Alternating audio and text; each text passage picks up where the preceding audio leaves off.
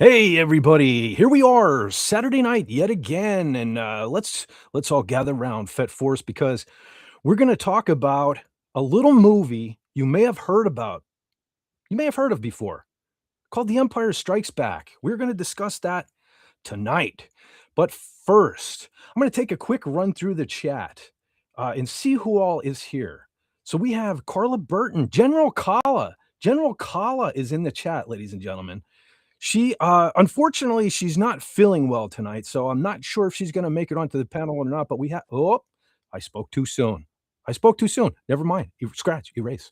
Move on, move along. She says, hail, Fet. We have Old Man Bird in the chat. Hail, Grand Moff Fez. Ooh, Grand Moff Fez. Grand Muff Fez? I don't know where I'm going.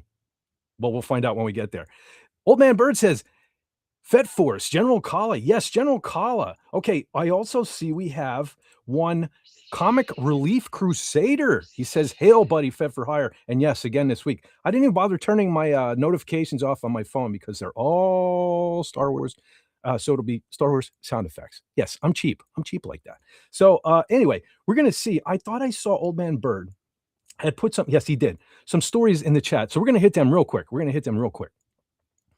So Old Man Bird says, we forget how jaw-dropping this movie was for its time. There's a question I'm going to have right there about AT-ATs or / AT-ATs. Okay, the AT-AT walkers, force telekinesis, Yoda lifts an X-Wing. I don't believe it. Luke, and that is why you fail. Yoda, yes. Judge me by my size, do you? As well, you should not. For my ally. I guess I'm not doing a very good Yoda, am I? Judge me by my size, do you? As well, you should not. For my ally is the Force. Okay, I'm no Doomcock, but whatever. So Old Man Bird says, I had the 8-track soundtrack and wore it out. It wasn't until years later that we had the facility to just watch this movie anytime we wanted. Exactly. And that epic battle between Yoda and R2-D2. Yes, that was pretty great. I'm hearing blips, folks. We have people here, and I'm going to bring them in. Okay. I think that was the last one from Mr. Bird. Yes, it was. Okay. So here's what we're going to do. Before I bring people in, because I'm not going to spend a lot of time on music. This is supposed to be about Star Wars, and it will be. I just want to throw this out there for all the metalheads out there. Some big news this week and next week. So yesterday, creator Crushers of the World with a K. Crushers of the World came out. I cannot wait to hear the entire thing. You guys are probably sick of hearing me professing my love for the band Creator, but yes, German thrash metal at its finest. So you might want to check that out. I think the video just came out yesterday, I think, for Crushers of the World. So check that on out. And next week, we have what, I don't know. It seems like a long time to me because I'm so excited, I guess. But the new Megadeth comes out next Friday. So we have that to look forward to as well. The self-titled final album from thrash legend Dave Mustaine, Megadeth. So yes, I'm excited about that. But enough about that. We're here for Star Wars tonight. So before I get carried away, you know them. You love them. Let me bring in my partner in crime. Hit that beautiful Fez footage. Ladies and gentlemen, millions watching around the world, let me introduce to you the genius of genealogy, the guru of guitar, John Fez Wendell.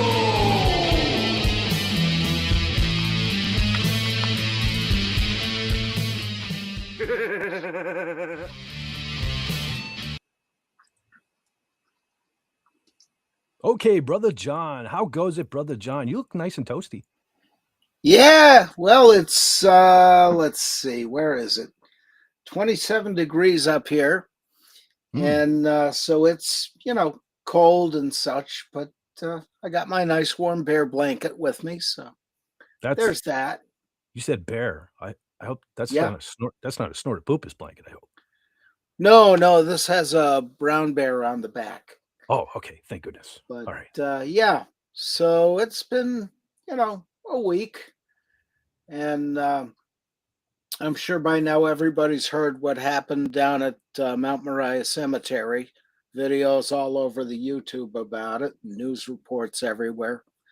Hmm. This Degenerate, oh, how shall I put it? Yeah, scumbag, loser, weirdo. major. Uh, he's the southbound end of a northbound rhino, and Hmm. Yes. stole over 100 bodies and body parts from the cemetery, and a couple of them were children's bodies. Jeez. And I it really had me pissed off, and I'm Yeah. still pissed, but I'm in control of it. And I keep telling myself remarkable restraint is a gift I give myself. But all I've got to say to this idiot, and I'm not going to say his name and give him any publicity, there is a special place in hell for people like that.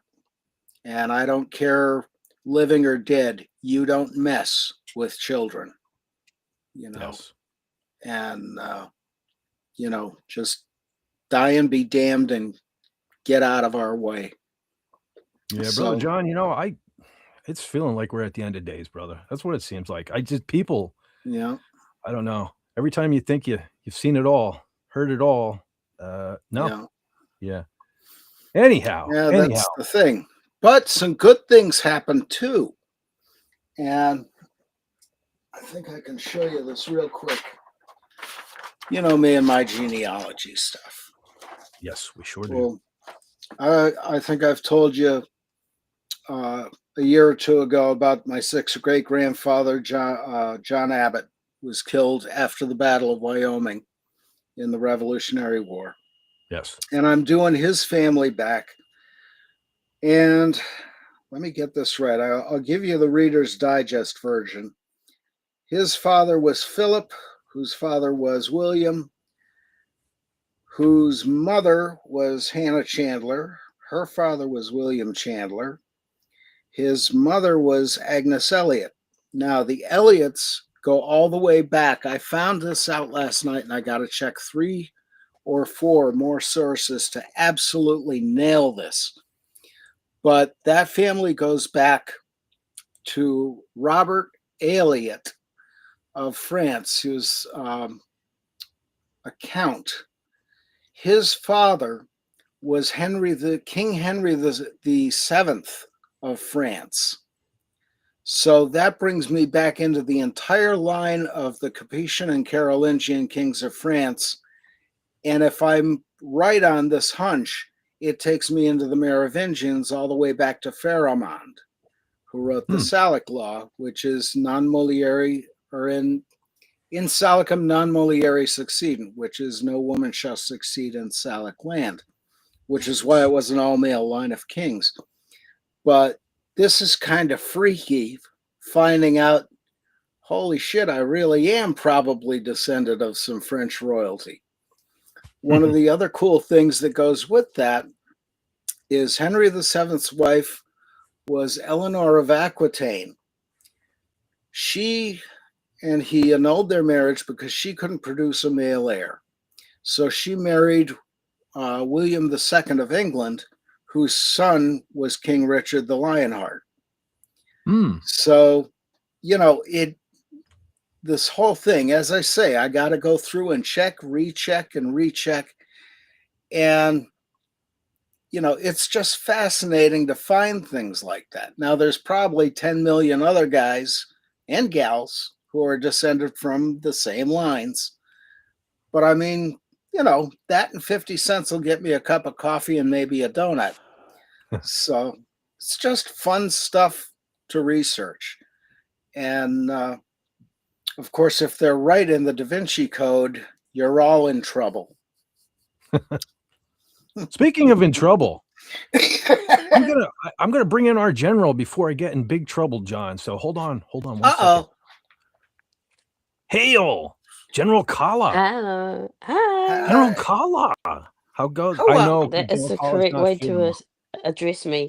I have a cold, so I am an avatar. And I will be muting myself to cough sporadically. Glad you're here though. Sorry you're not Yeah. feeling well. Thanks. Yeah, hope you're it's all feeling right. better soon. I just want to give a shout out real so quick do too. I. We have Wallace Lang in the chat. He says, "Hail Hey. Fit for Hire." Hi. Also, FKHC 2005 says, "Oh no, General Kiwi." Oh, Yes. you might have to do some push-ups there, brother Tim. Better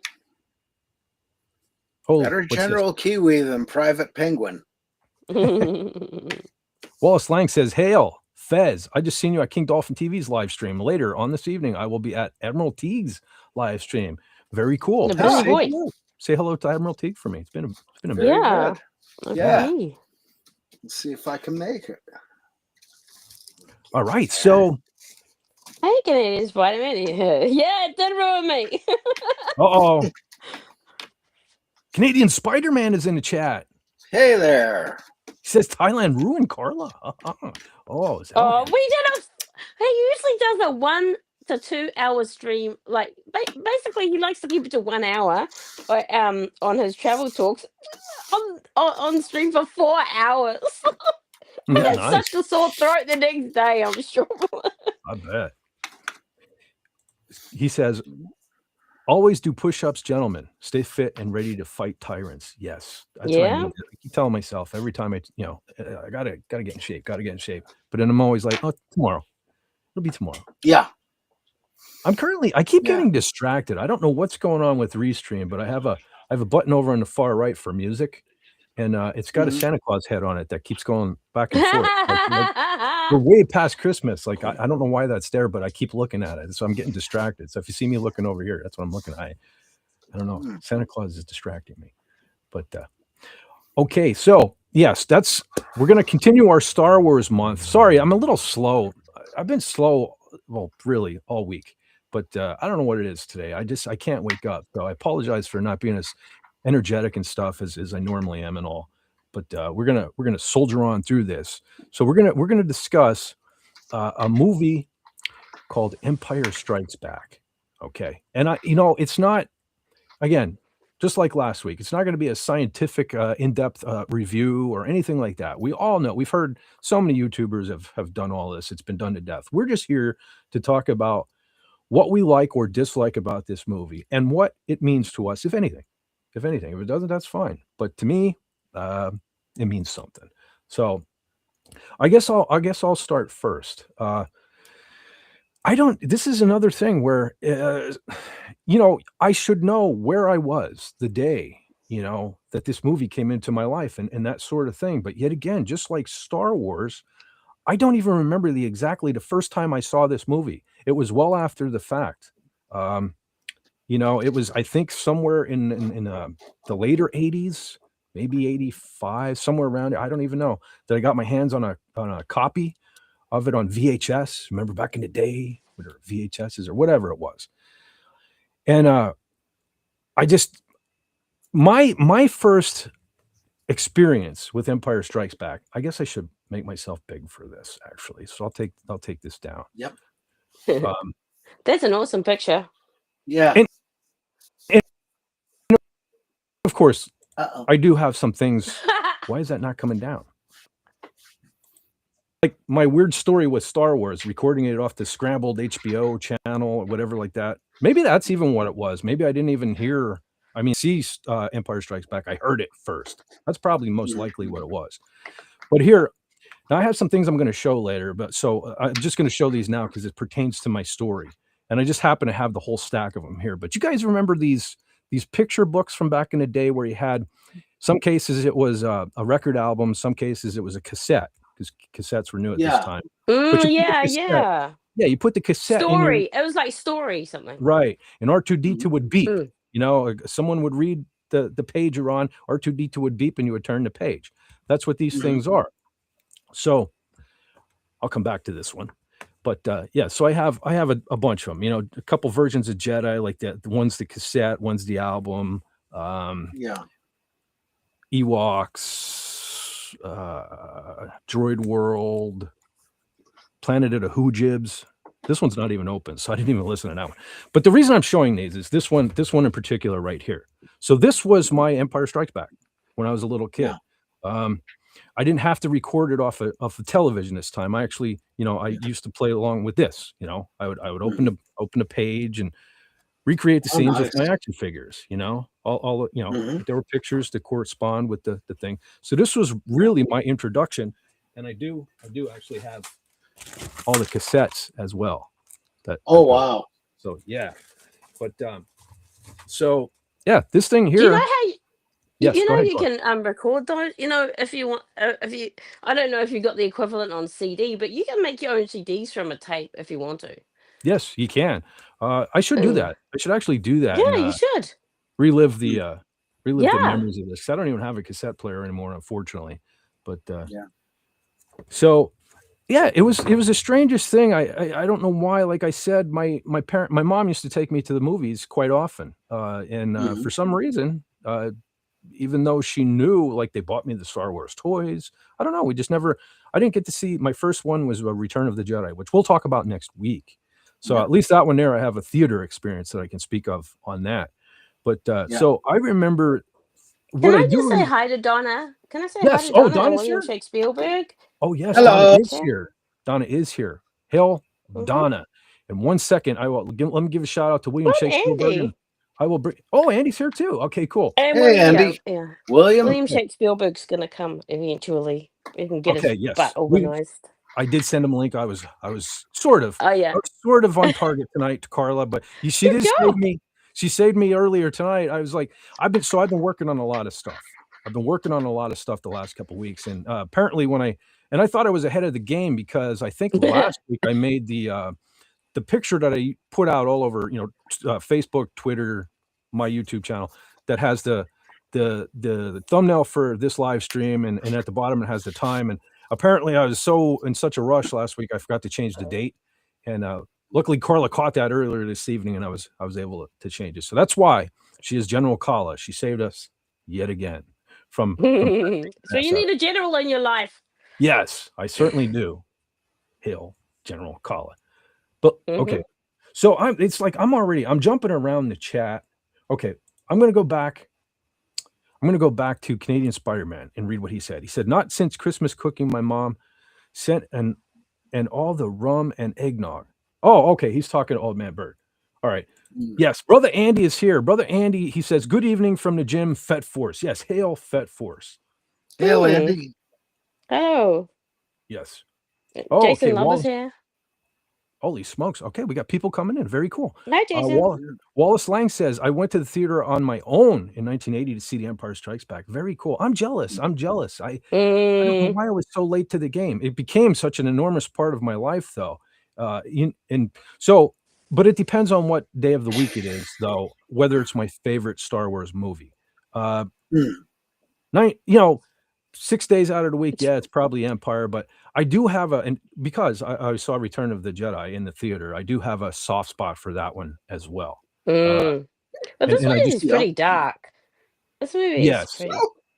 But that's what I like about it. That's what I like about it. It doesn't fit the mold. You know what I mean? It broke the rules. Yeah, that was.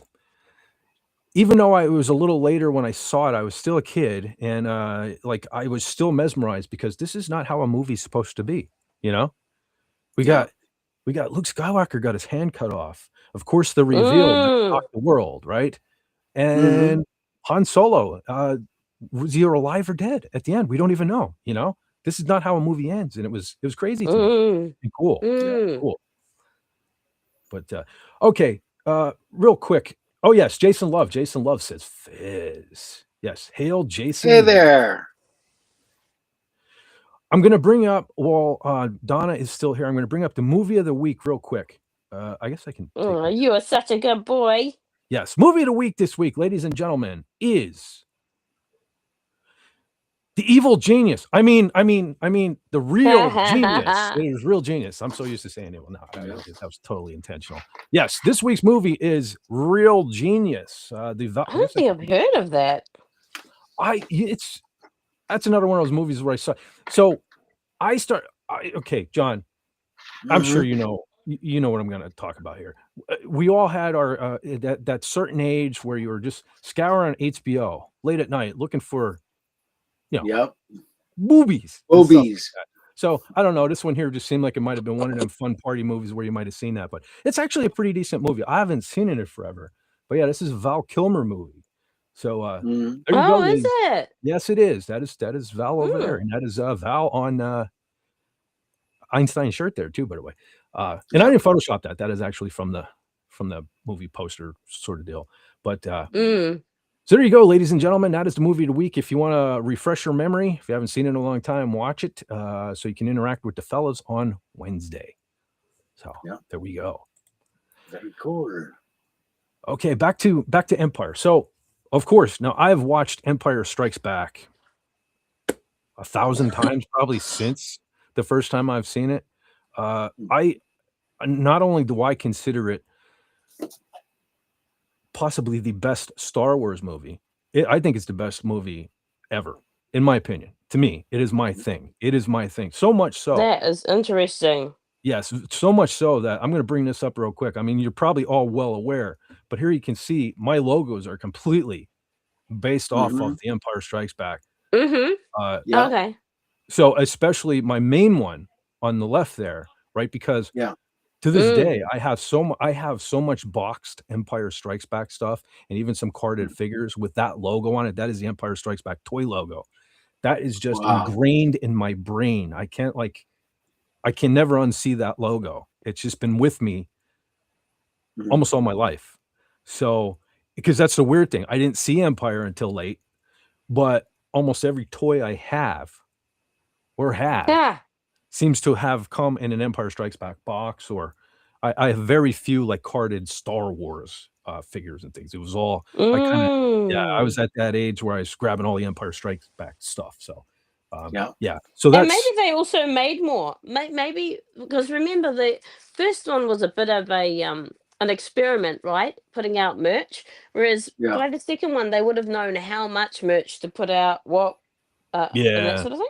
Yeah, I'm sure there was a lot more merchandise for Empire, and even more so for Return of the Jedi too. But unfortunately, by that time, a lot of the younger kids had grown up, or were too cool for Star Wars at that point. But I was still collecting Star Wars stuff for Return of the Jedi. But so yes, that's man, this is one of Empire Strikes Back and Return of the Jedi, and I'm not knocking A New Hope. We'll just call it A New Hope. So, because saying Star Wars, you don't know exactly what I'm talking about. So we'll just go with the A New Hope. But I do love A New Hope, but I had seen it so many times in my life. It's like I can, from all the times of recreating, listening to the audio, playing with my figures, I can almost say the whole movie, word for word as I'm watching it. So, I'm not as excited to see that as I used to be.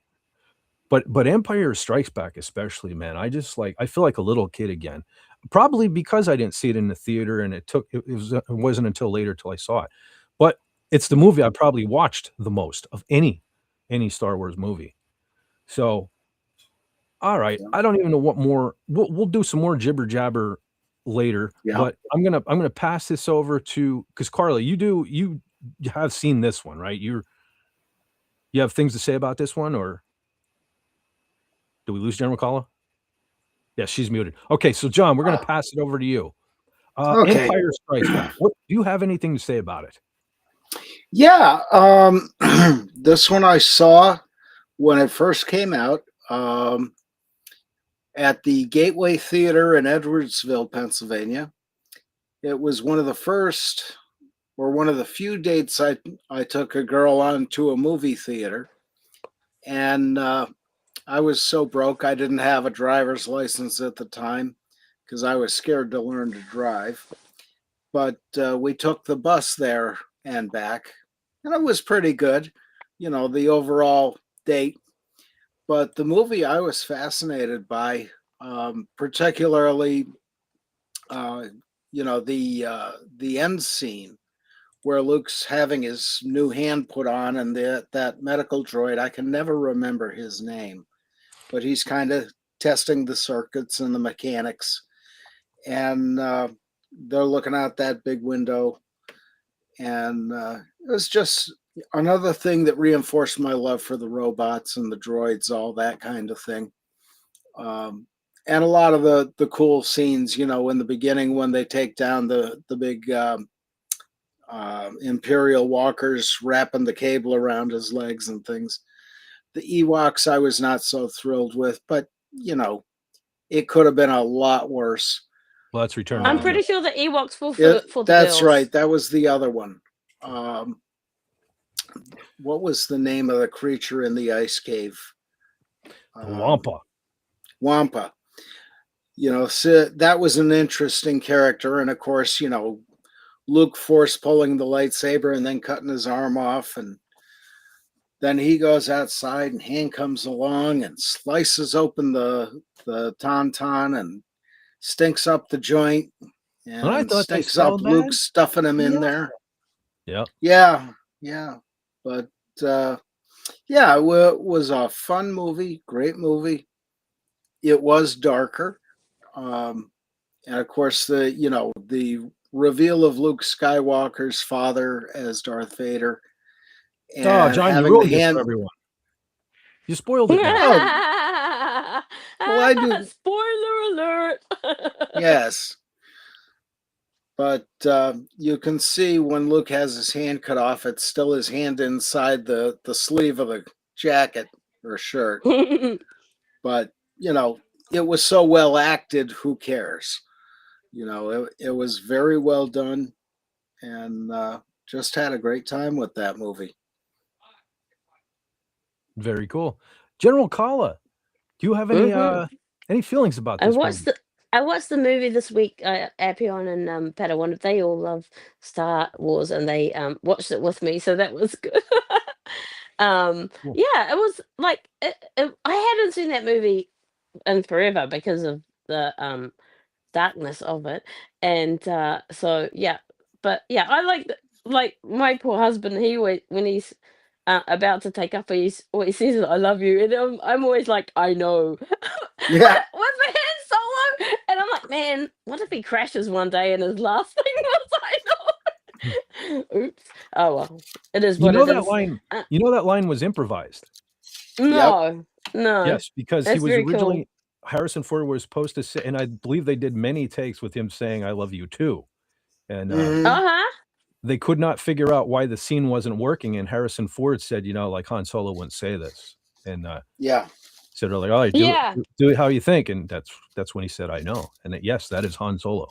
So that's why I never understand how Harrison Ford really is not very fond of playing Han Solo, Yeah.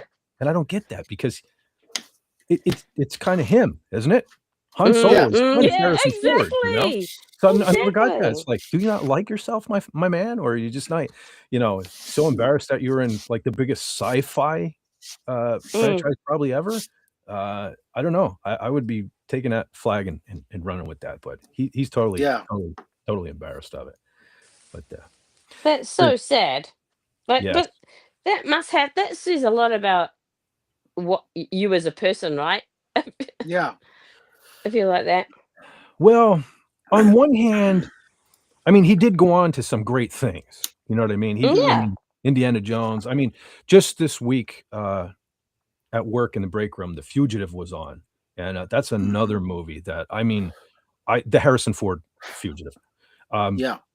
I never get sick of that movie. He did go on to some great things. Now, then you compare that with James Earl Jones, because James Earl Jones was in the same movie with him as well. In The Fugitive, right?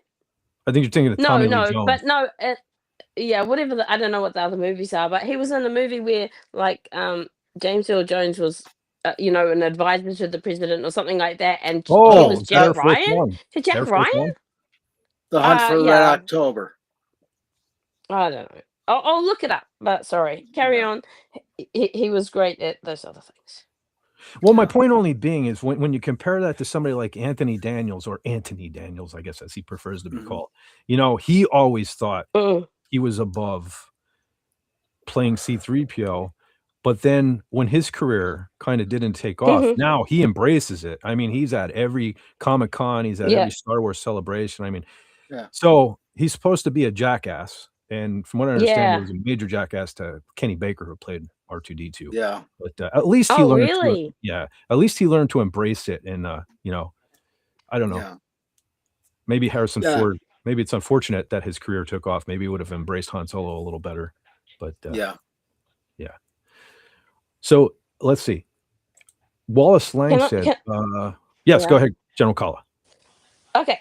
James Earl Jones and Harrison Ford have starred together in at least 3 major films. Original the Star Wars trilogy, and then and Patriot Games, Clear and Present Danger. Clear and That was Patsy. it. Yeah.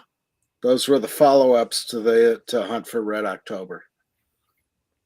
And they didn't want to Yeah, bring Alec Baldwin back. and they shared voices in The Sandlot and The Lion King. Mm, Weird. Anyway, very Yeah. cool.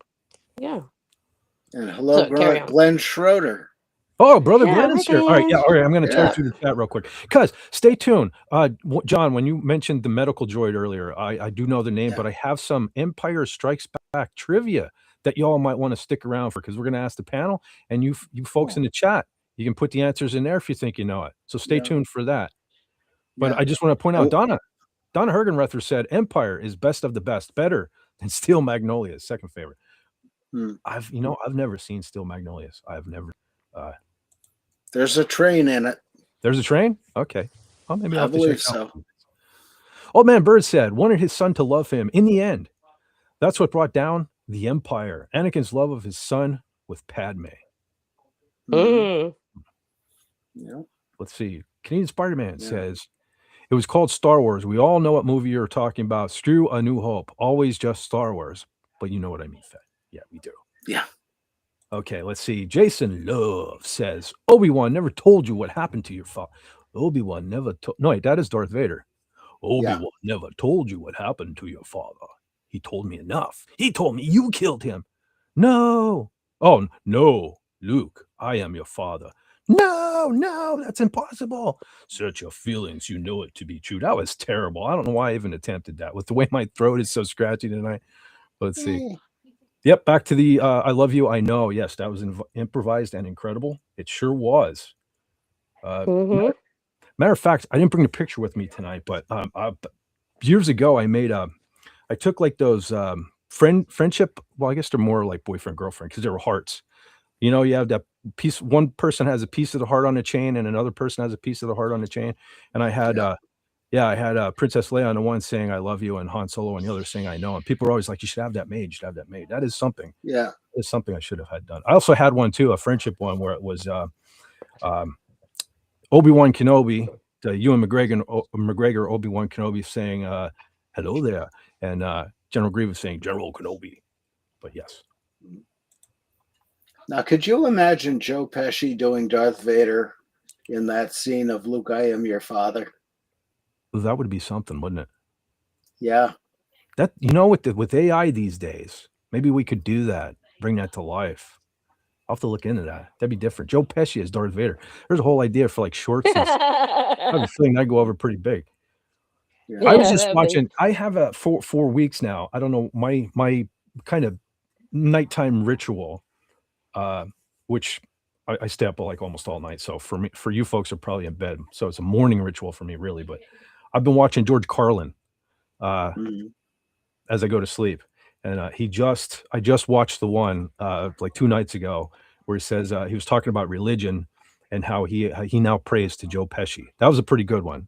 That was a pretty good one. So if you guys are looking for some comedy, yeah, George Carlin, man, check him out. What a guy. I would love to hear his take on the world now, because Mm.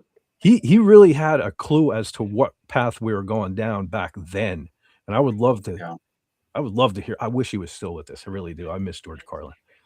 We need He'd more. just say he can't be funny anymore because it's become real life, you know.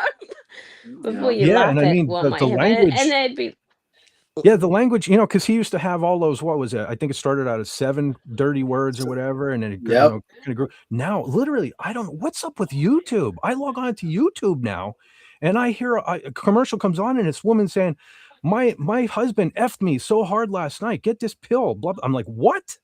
This is on Yeah. what? YouTube. Yeah. What? Yeah. Yeah. I don't know if I'm the only one getting it, but yeah. I get that Yeah. advertisements like that all the time. There's profanity right here on YouTube. I don't get it. Yeah. You're not allowed to, like, curse. Last I heard, I think it's like the first 30 seconds of your video, or it won't Mhm. be monetized and stuff like that, but there's profanity right in the advertisements here on YouTube. Yeah. And I mean, for years, it's people will have the TV on in the break room, and depending on what they have on, because it's not like. Uh-oh. Oh no, he's frozen. In No, carbonite. It's not paid. It's not like we have HBO or whatever. All right, it says it reconnected. Am I back? Yeah, Yep. you're back now. Okay. Jeez, I'm surprised. Well, I'm talking Star Wars. Well, I was, so I'm surprised I made it this far without any issues. But anyhow, yes, I'm looking for Glenn Schroeder at the moment. Wow, the chat was really active. I'm surprised. Yeah. Yeah. Oh yeah. Oh, Andy says, I still hate how long these bubbles take to come up. Carlin got very salty in his old age. He was always pretty Yeah. salty, That's the thing. It's like, but the thing of it is he got, he didn't like anybody, which is fine with me. He insulted things that I believe in. He insulted things that maybe you believe in, but he insulted everybody and everything equally. That was the thing. Yeah. So anyway. Yeah. Yeah, people couldn't handle George Carlin these days, I don't think. No. For the life of me, I can't find Glenn Schroeder. I'm sorry, buddy Glenn. I wanted to pop you up. Oh, there he is. Okay, there he was. All right. Yeah. Scrolled right past him. Current Yeah, presentation. there you go. Yeah, okay. Yeah, I couldn't That's think. one of I the- haven't seen those you. for a long time. They were good movies. It was a decent movie with Harrison Ford, and this is saying something because I think I said many a time how I'm not that big on Paul Bettany just because of who he's married to. But Firewall is a pretty decent movie. Who's Yeah. salty now? Oh, me? Sorry. Never saw that. Never. Sorry, what were we going to say? What movie? Oh, Firewall. Oh, and another. I've never heard of Firewall. Yeah, that's a pretty decent one. Yeah, I don't want to spoil anything, but basically Paul Bettany's got like this little criminal organization thing going where they kind of hack people and make like businessmen or bankers, and I believe Harrison Ford is a banker in it. It makes him try to take money out of his bank and stuff, and he holds the family hostage. Paul Bettany does, and it's a really good movie. Really good movie. I think it's another one of those movies where it was well cast, even with Paul Bettany. He played a good bad guy in that. Paul Bettany is a good bad guy, and he's a good guy. He's just a really good actor. Yeah. I just didn't particularly care for him in Solo. I don't know. Like, I don't know. I think that could have been an alien or something. I think would have been better. Yeah. Just, I don't know. And the fact that Disney dropped the ball with him because he got mad and he got red lines on his face. That's scary. I mean, I don't know. The villain could have been much better in Solo. Just saying. But so Kenny Spider-Man says he's talking to Andy, for good reason. Carlin saw the truth. I don't blame him for being pissed, frankly, buddy. Yeah. Like I said, he was pissed at everybody and everything. And he hit on some good stuff. He pointed out how stupid we are as a human race. And that's why I would love to hear his take on things now, because if he thought we were a stupid human race back then, man, he'd had some stuff. Of course, they'd be canceling him, so we probably wouldn't get to hear it. But Andy I think says they probably canceled him in real life. Yeah, Andy says he's not criticizing. I love Carlin. Yeah, I really don't like. I never used to buy like DVDs of comedians and stuff, but I do have some George Carlin. That's how much I love that guy. I'm gonna turn into him, I think. If I live a few more years, I'm well on my way to becoming George Carlin. Yeah. His views on politically correct stuff is still relevant as woke is PC on steroids. Yes. Yes. I think that's why I've been enjoying watching him lately. Mm. But all right, I'm going to go. Okay, here's what we're going to do. I have some Empire Strikes Back trivia. Okay. And there are, what are there? There are 67 questions here. So I hope you're ready and I hope you're prepared. We're going to tear through them. But so I'm gonna ask the question and see who knows what. And fellas and ladies in the chat, if you wanna show your knowledge in the chat and put it in there, we'll do that too. So here we go. First question.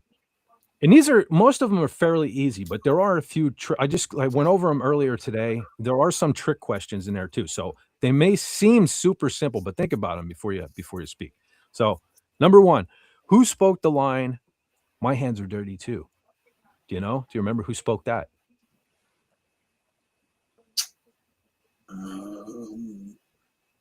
Give the chat a second too. They might want to type it in the chat. I was going to say there'll be a gap between you saying it and them answering. Canadian Spider-Man. I almost blocked him. Jeez, they really got to do something. They got to highlight those dots or something. I'm going to block somebody yet. He says the answer to the first question is Jabba the Hutt. And you are correct. No, that's wrong. That's wrong. I wish it was. His hands were dirty though. They were pretty damn dirty. And he reached right in that bowl and ate them frogs without even washing his hands. Man, what a filthy slug. Yeah. But, hopefully wash the frogs. Okay, I see. Old man Bird doesn't know. Wow, I'm surprised. I do see a correct answer in the chat. So, anyone on the panel know? Oh, I see two. All right. No, I'm looking at the answers in the chat. So, yeah, it was Han. Yeah, it was. Let's see. It was Leia was looking into making some repairs on the Millennium Falcon, and Han bothered her at one point. When he went to touch her, she told him not to do it since her hands were dirty. He then informed her his hands were dirty too. Right? Yeah, that was a scene, wasn't it? Okay, second question. Oh man, John, we spoiled this one. Anyway, what is the name of the creature on Hoth that attacked and Luke and Man, I forgot that one was in there. All right, we got that one. It's the It Wampa. shows if they were listening. Let's see who was listening to your chat. That's an easy 10 one. minutes That's ago. that's a super easy one. Yeah. But we spoiled that one. Shoot, I totally forgot that one was in there. And I thought I was being slick by not revealing the name of the medical droid. You were. Well, I was, but I overlooked this one. Anyway, so we'll move on. That was a simple one. That was the Wampa. I spoiled that one. So after the opening credits roll, let's see, what is this? After the opening credits roll by, how many objects are shot out of the Star Destroyer that we see? This is a tough one. This one's actually a tough one. In the beginning, after the credits roll, how many objects are shot out of the Star Destroyer that we see? 3. John says 3. Going to give it a second in the chat, see if I see anything in the chat. This one is a difficult one because when I took my first guess, when I read these earlier, I got it wrong. And I've watched this movie. I don't know. And you wrote the questions? No. These are, I gathered these online. So. Oh, okay. Yeah. All right. We're just going to roll with the answer. It's 8 because that is a difficult one. It says, yeah. I was like John. I was 8 what? Were they bullets? Okay, so what were they? These objects that we see contain Imperial probe droids. These droids are sent out to the base and eventually find the rebels in the Hoth system. Yeah.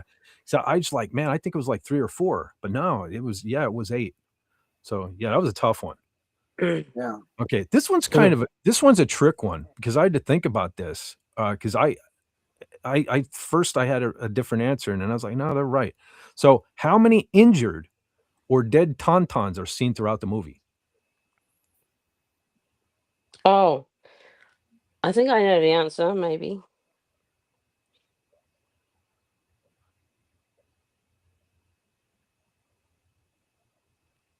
Okay.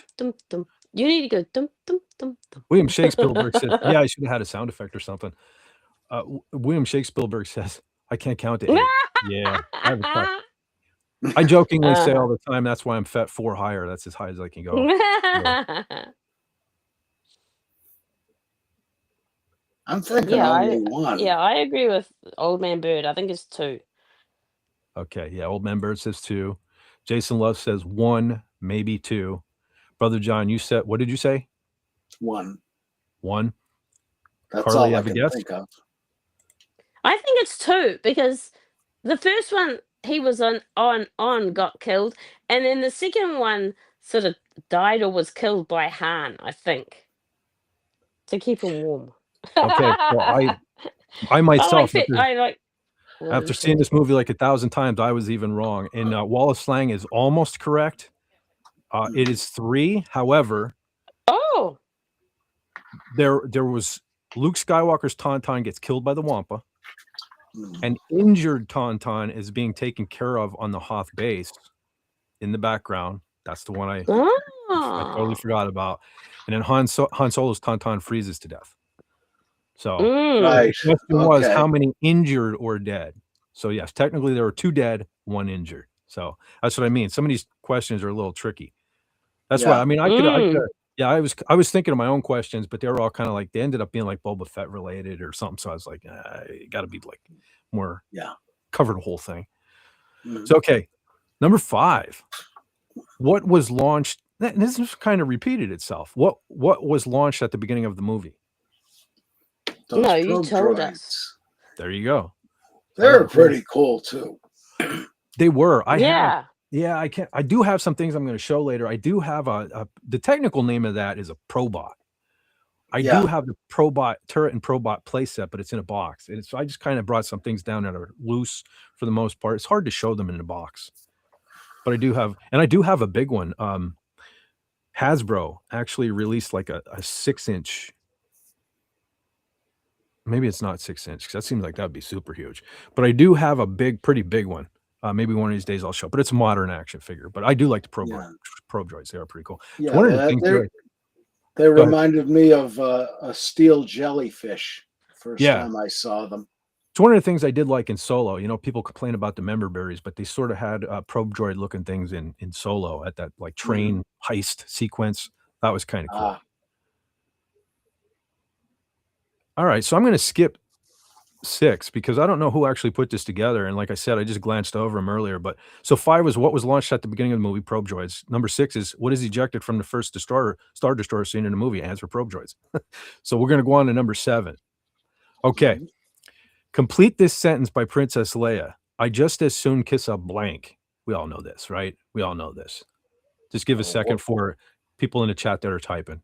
It's easy, it's easy for us to blurt it out, but yeah. Wallace Slang says the Probots were launched at the beginning of the Empire Strikes Back. Yes, yes, sir.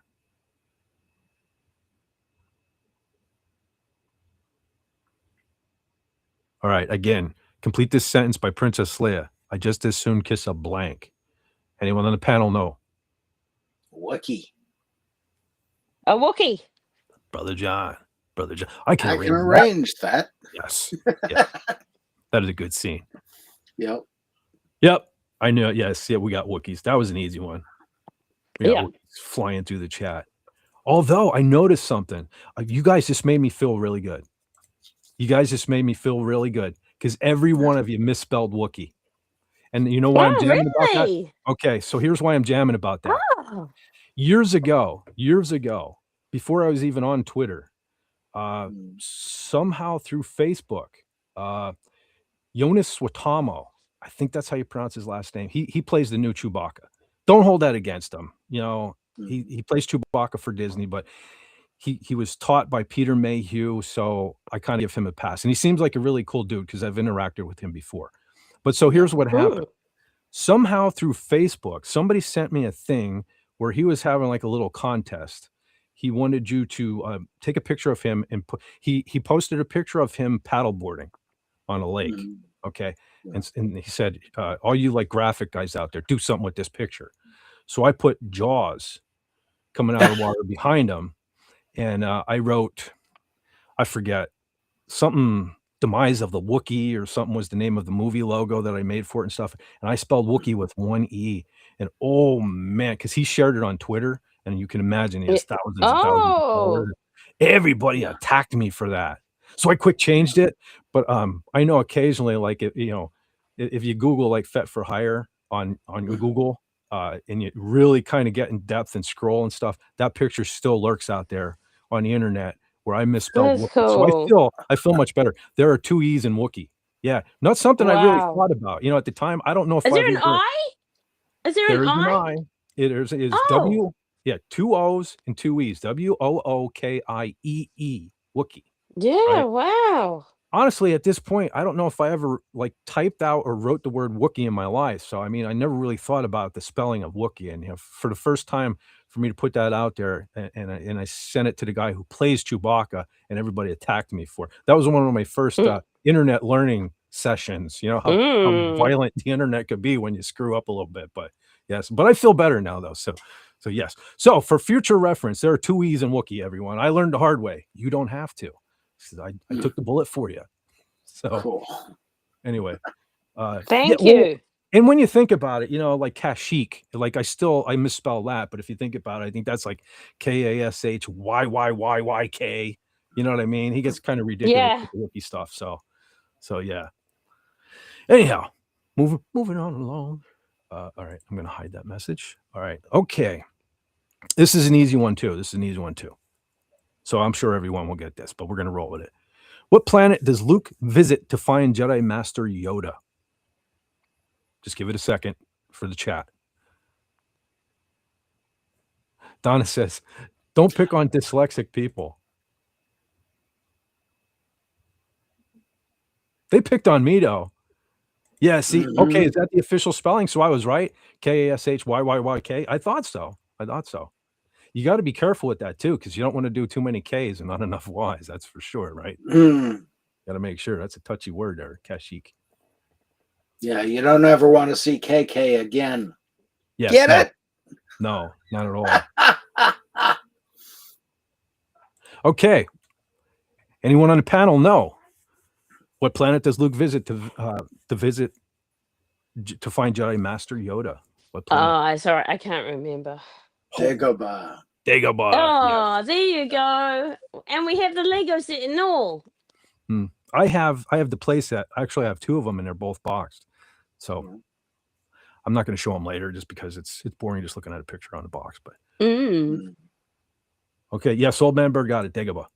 Yes. Yeah. Okay. Moving on. Complete this quote by Han Solo. There isn't enough life on this blank to fill a space cruiser. There isn't enough life on this blank to fill a space cruiser. And yes, Donna, KK is a very bad word. I think I got it. Hey, old brother, SP4H is here. Hey there. He says dyslexic. Who's dyslexic? Oh, I see what you did there. Once live only you. See that now? Now you're picking on Master Yoda, but you're picking on Master Yoda now. Thinking that's all funny and whatnot. Yeah. Okay, so Canadian Spider-Man says rock. So anyone on the panel? No. Again, the question was, complete this Han Solo quote. There isn't enough life on this blank to fill a space cruiser. Snowball. Close. Ice ball? Ice cube. Ah. Luke and Han were sent out on Hoth to see if there was any life on the planet that their rebel base was on. When he says Hoth, the ice cube. Good job. Yep. Okay. Next question. General Veers asks, what is the main distance to the power generator? What is the snow trooper's reply? That's a tough one. You have to really be geeked out, and we've seen this movie many times, so this one's a tough one. I don't know, man. Check Google Maps. Like Google Maps doesn't even have this one.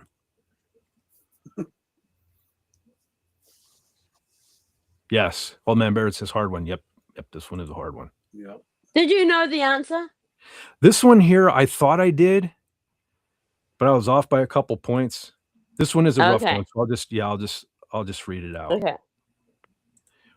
So the question was, General Veers asked, what is the main distance to the power generator? What is Snow Trooper's reply? He says 17.28. Whoa. Yeah. That's very Yeah, specific. Yeah, you got to be a real geek to know that. I guess I wasn't geeky enough. I thought it was pretty geeky, but I knew it was 17 something, but so okay. Next question. What was Luke's call sign while searching the surroundings on Hoth? Now think about that before you answer it too, because I know what I initially was going to say when I read that, but what was Luke's call sign while searching the surroundings on Hoth? Not the Death Star, Hoth. Right. I just got a link. YouTube thing came up that says Creator, Crushers of the World, out now. Yes, I just mentioned that.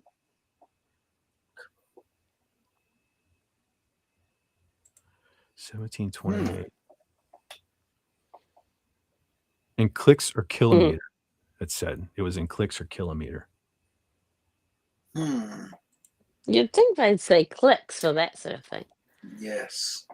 I think SB4H got it. Unfortunately, no. No? No. I thought everyone was going to go, Red 5. It's easy. It's Red 5. No, it's not actually. No. No, this is kind of another tough one. You have to think about it. But no, he's Echo 3. Remember they're on Echo base. Yeah.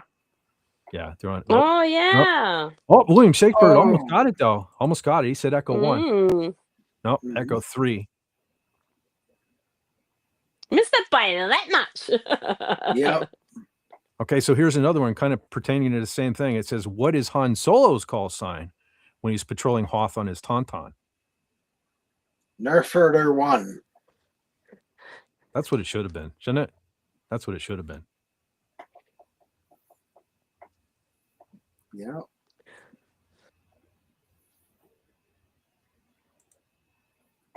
Herding all them Nerfs on that Nerf farm to make Nerf footballs. SP4A said, wait, that's when he was piloting the T-47. No. It says Echo 3 to Echo 7. Han, old buddy, do you read me? That's when he was, remember, clearing the snow off. Spoiler alert! What? I ruined it? Did I ruin it? Yeah! No, that was for the previous question. Oh, yeah, I did, didn't I? Shit. Yeah. Sorry.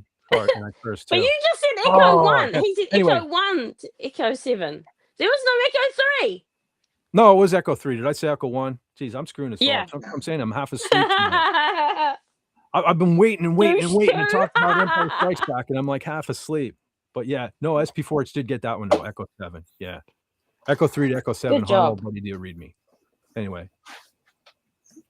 Old Man Burr says douche 2. No, he didn't show up until that was Poe Dameron. He didn't show up until the sequel trilogy. That was douche 2. Yeah. Yeah. Yeah. You're true. right back. Okay. Oh, SP4H says, no, I meant when Luke was flying the speeder, he was rogue leader. Yes. Yes. When they were in the speeders, they were the rogue squadron. That's where people were coming up with the rogue names. Yeah. When they were on patrol on the Tauntauns, it was Echo, pertaining to Echo Base. All right, we'll move on to the next one. Finish this sentence by Darth Vader. Set your course for the blank system.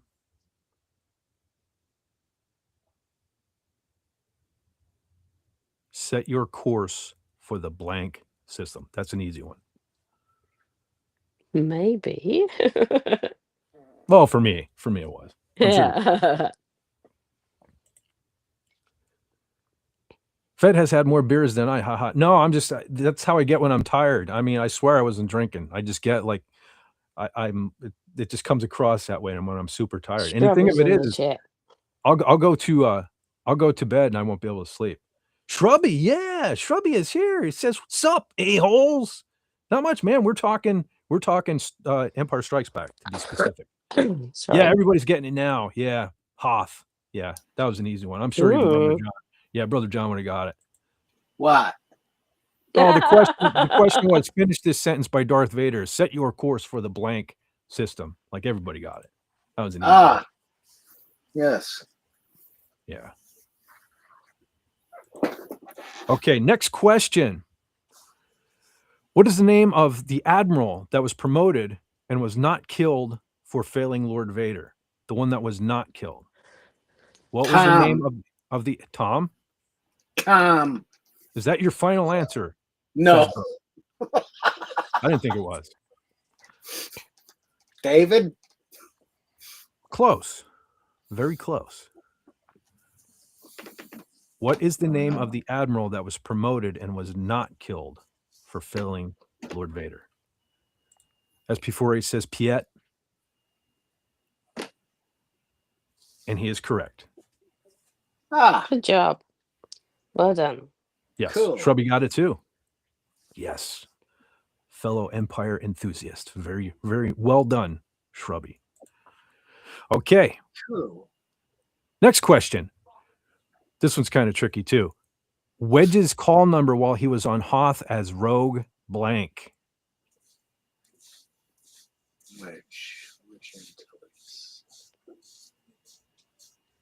Wedge Antilles.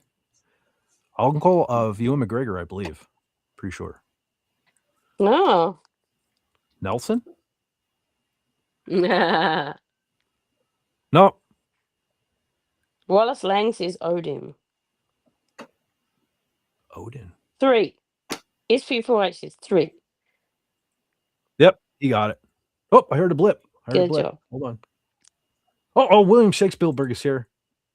Oh. Awesome. Yeah, How brother. do, man? Testing. Can you hear me? Yes, we hear Yep. you, sir. It's apology for a second. It's been a while since I've been on a live stream, so I want to make sure I'm not screwing this up. No, you sound perfect. Oh, sound Yep. good. Okay, Loud and clear. there we go. Uh-oh. There we go. Hello. Oh, Very good nice, man. Lord. There we Hang go. on. Hang on. Hi. Uh-oh. Oh, yay. Uh-oh. We got a hat. Now we started something here. It's a hat competition. Yeah, see, I've got my military hat. See, Oh, that one there looks really cool. It's- Looks like a pirate. it's Very nice. it's French, except it Nice. doesn't fit. It doesn't fit this way.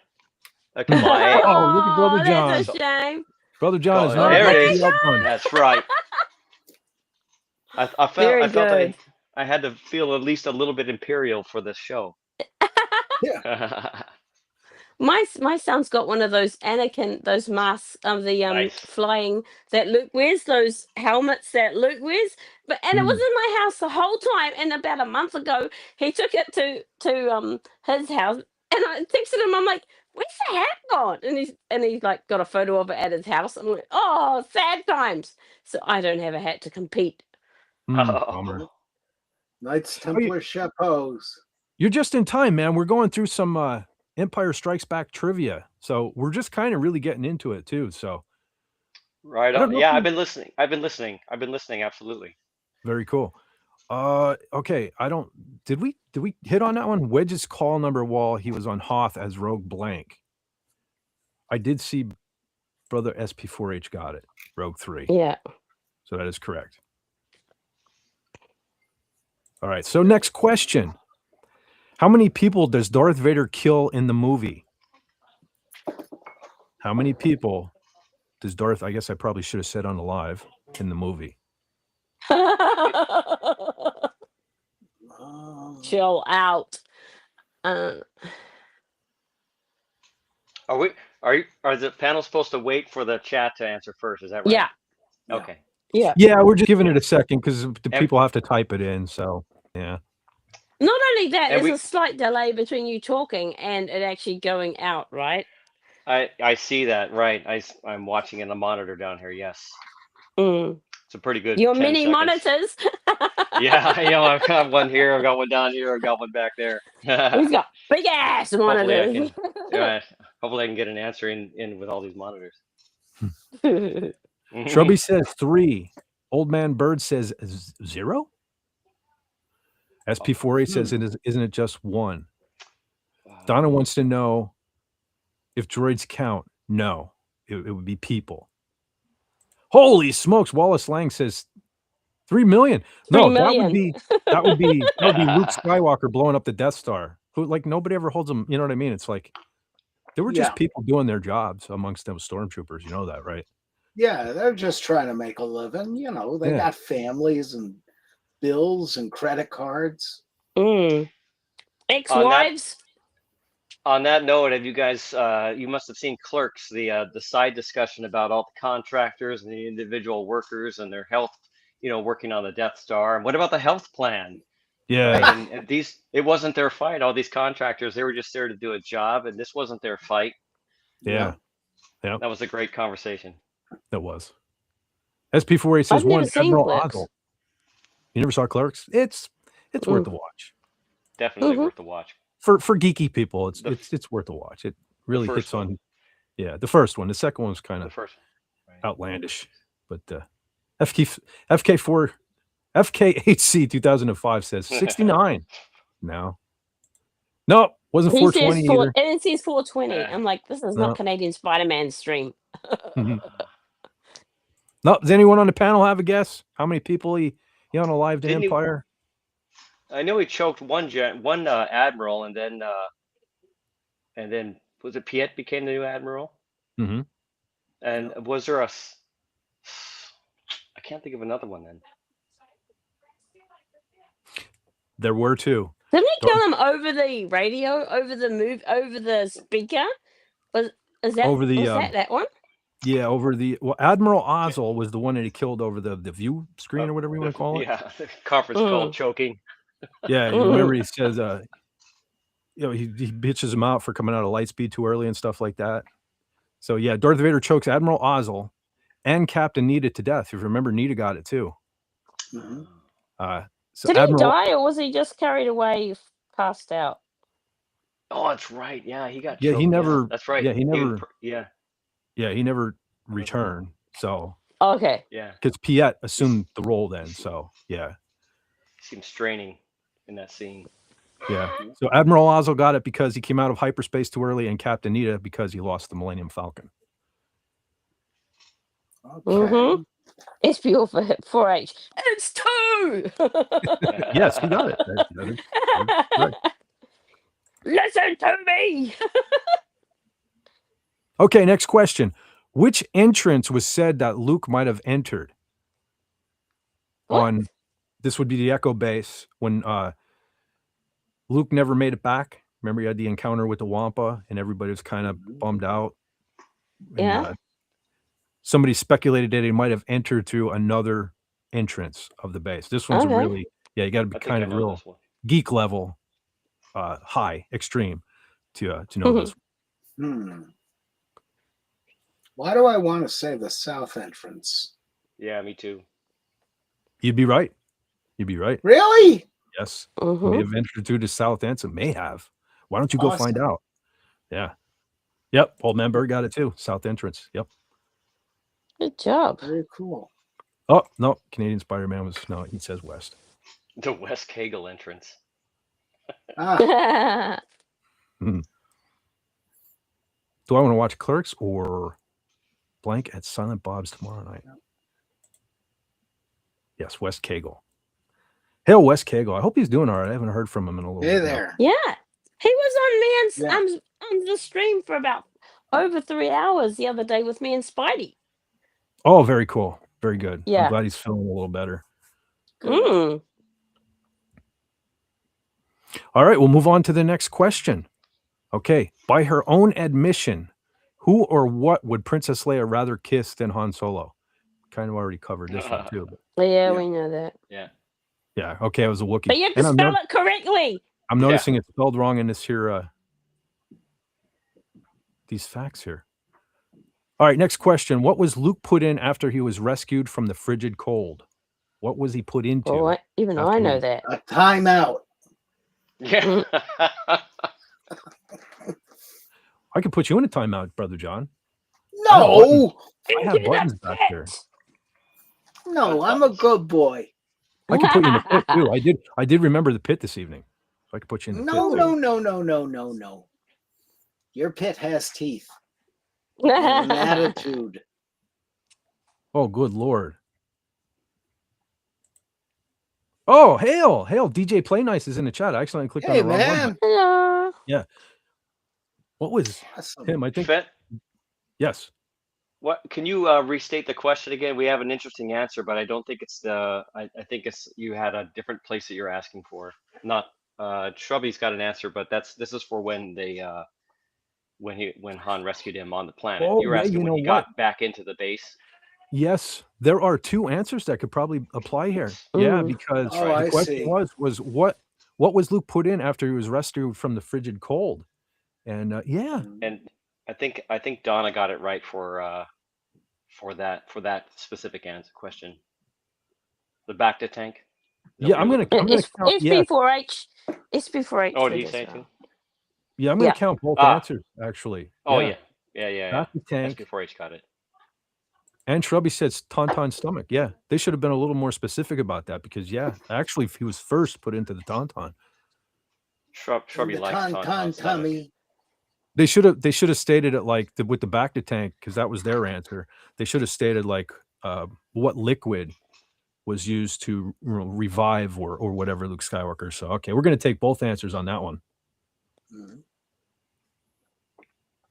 Okay, I'm going to move on to the next question. What is a call sign of the officer who finds Luke and Han stranded well outside the base on Hoth? Oh yes, that's a good one. That's a really good Maverick. question. Maverick. Goose.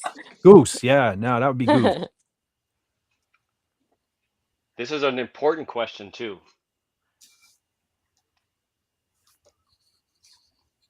Now, William, do you have the sword to go with that chapeau? I do not, sir. I wish I did. Oh, look at this. Beautiful, man. Yep. The envy overflows. That's awesome. Yeah, those are my family swords from Knights Templars. Wow. Yeah. How far back in time? About 1878. Nice. That is nice. Thank you. Yeah, I'm a past commander of my Knights Templars commandery. So once again, SP4H came through. Yeah, I really love that one because that was one of the things that Disney did well. One of the few, very, very few things is looking at the lore and going back and going, hey, you know what? What if we take this call sign and we go back in history just a tad to Rogue One, right? So Rogue 2 is later in the timeline, essentially, although the movie was made, 40 years earlier. So I thought that was pretty cool. 30 years earlier. Yep. I thought that was a cool placement of a call sign for Rogue One itself. Agreed. And everybody seems to know it too. Well done. Well done. Yeah. Oh, yep. Okay, we'll move on to the next question. Who said, oh, this one's going to be an easy one. Who said, away, put your weapon? I mean you no harm. I really gave it away there, didn't I? Joe Pesci. John got it. Definitely Brother Joe John. Pesci. Yeah, Brother John got it. I mean, Carla, even you know this one, right? I mean, you know this one. Oh, Carla must be coughing again. She's muted. Oh, and there you go, Brother Glenn, Canadian Spider-Man. You got a new sub, fella. Awesome. Very cool. Yoda. Yeah. That's an easy one. That was an easy. You're welcome, chat, for my help. Yeah. That's what I'm wondering. There is such a delay. Yeah, it kind of sucks. But yeah, I knew everyone would get that one. No one's. Uh-oh.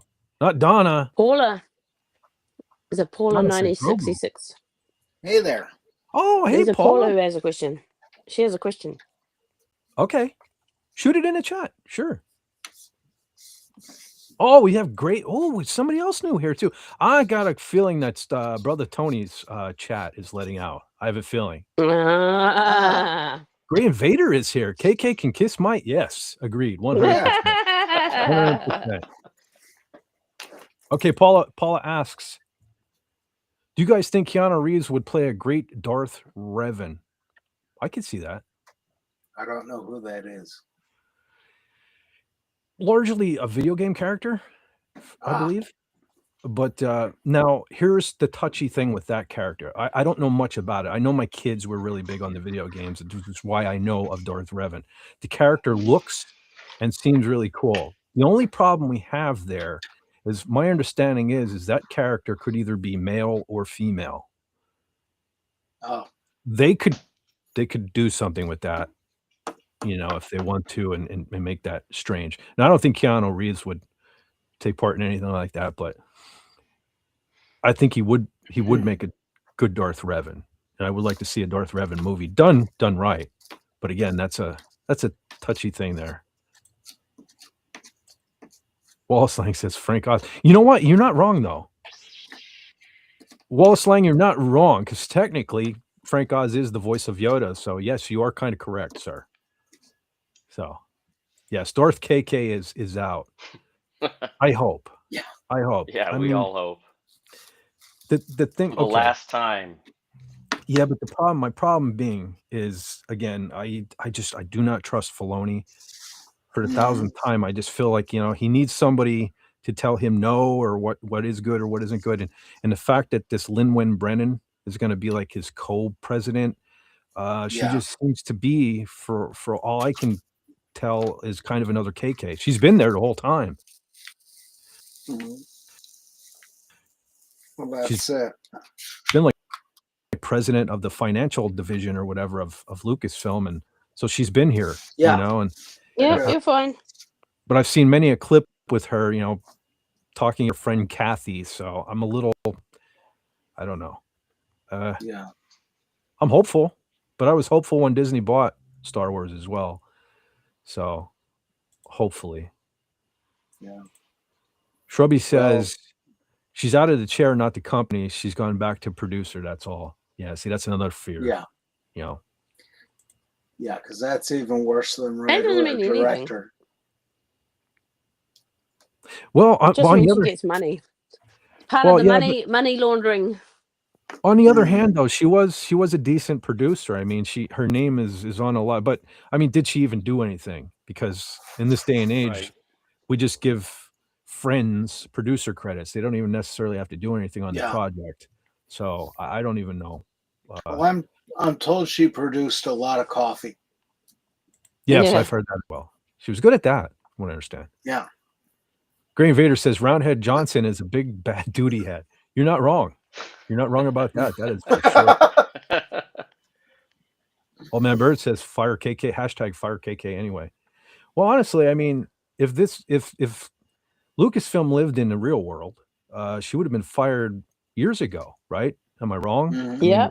if Yeah. a president or CEO did as poor a job as she did, I mean, they would have been out long ago. So it's all about, it's not who you know.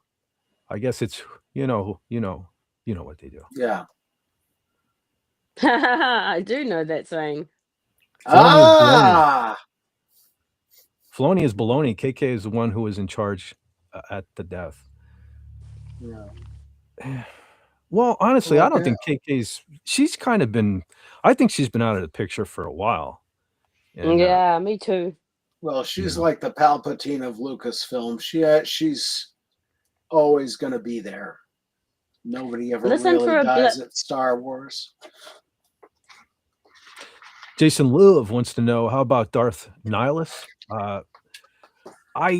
So that's the Old Republic, right? Knights of the Old Republic. Again, I only know it from watching my kids play the game. Very cool looking character. I don't know much about him, but I know he's cool looking. He would be a cool villain in a movie. But again, if the movie is done right. Keanu Reeves is a good actor who has finely tuned performance skills. I'm not going to argue there. Yeah. But the problem is we have too many. Once upon a time. Hold on. We got another There we person go. on the panel. Holy smokes, people are showing up now. We have Ooh. a lag. There he is. We have Pop. What's up, my man? Hello. goes it? Hey there. Goes well. How goes everybody? It's Not well. going. Good. It's going. It's going. But glad you That's could join good. us, man. We're discussing Oh. Empire Strikes Back. Do you have Oh, thank you. a love of this movie or no? Oh, yes, I do. It's probably easily the best of the original trilogy. I mean, probably a controversial take on it, but probably safe take as well. I mean, it ends with such a low that you have to assume that the third movie picks up from there and just builds on it. So yeah, it's Yeah. a great movie. Agreed. Yeah. We're kind of sort of right in the middle. If you want to join us, we're doing some Empire Strikes Back trivia. Some of the questions are Okay. super simple, some are tricky, Hmm. some are repetitive, I'm finding out. Yeah. But we'll kind of roll We have to on wait here a then. while. Yeah, We we're just just have to giving wait it a few little bit, seconds yeah. for the people to be able to type in the chat if they want to type the answers Yeah. in. So yeah, just don't yell it right out. Just give it a second. But so okay, next question. Where was Tabana gas mined? I think this one's easy. Maybe not. So do I. Isn't it in the name? No, actually, no, it's not. No. It is not. Tabana is the gas. It is Tabana gas, but where was it mined? Yes. Yeah, it's a certain place. Yes. And while everyone is typing, let's see Shrubby. I like Shrubby. She still has her monkey grip on both Disney and Lucasfilm. She won't let go of those nuts. Yeah. And swallowed a lot of loads under the desk. Mhm. Shrubby's my kind of shrubber. Shrubber? Shrubber. Yes. Okay, the question again, where was Tabana gas mined?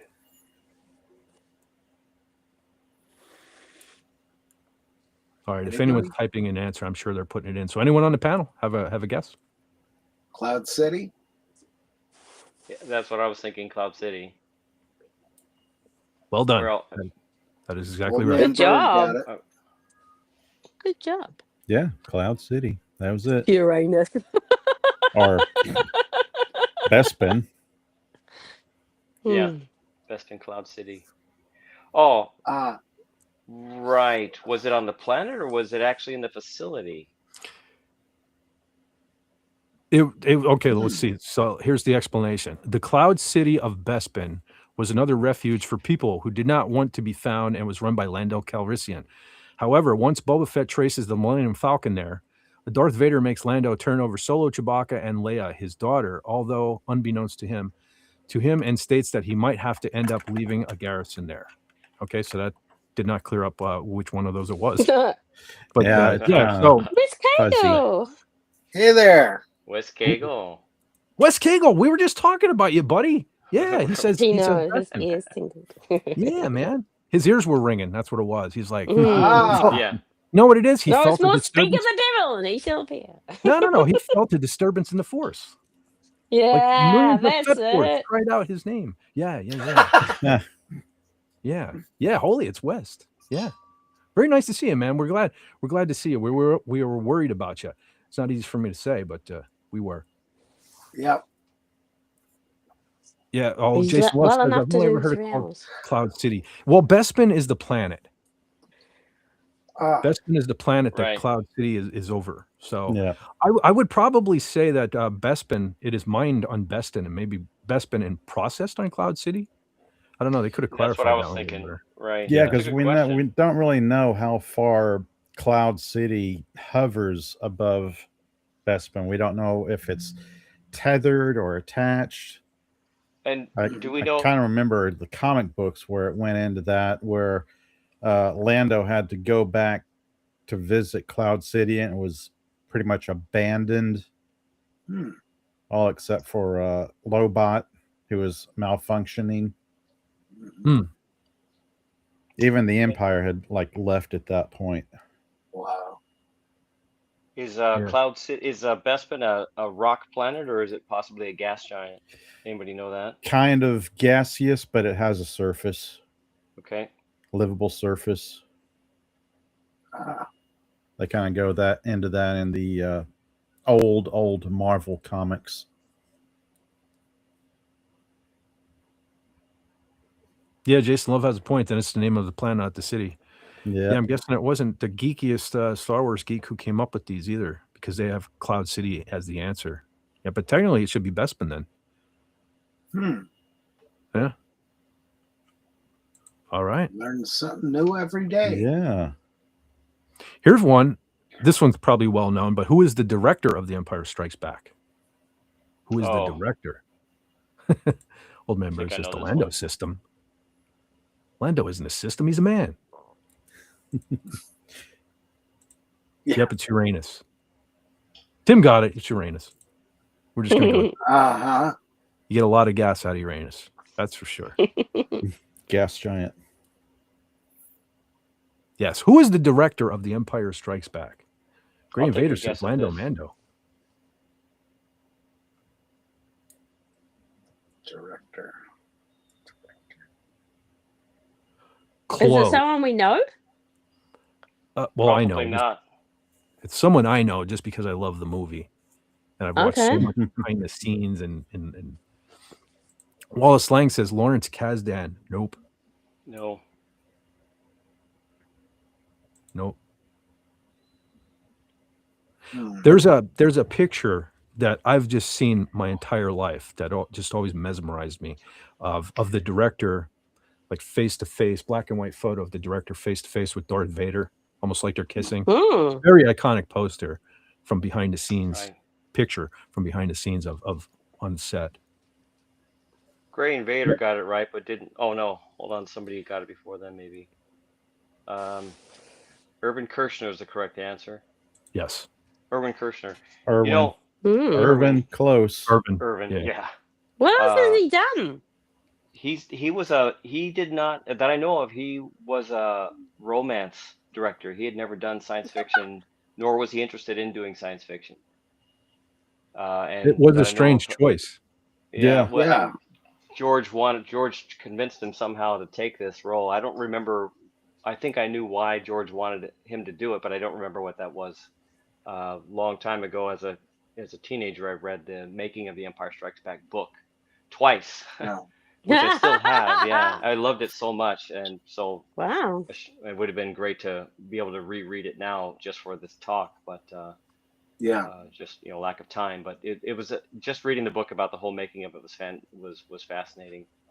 But I think that's really an important aspect of why The Empire Strikes Back is so special amongst all the Star Wars films, old and new, everything, all the entire catalog of them, is that it's the one that was directed uniquely by somebody who was not taking it from a science fiction point of view, from the director's chair, and he was a love story creator, and so we see that all the way throughout. We see the love story, of course, between Han and Leia and Leia. Han, Yeah. and Yeah.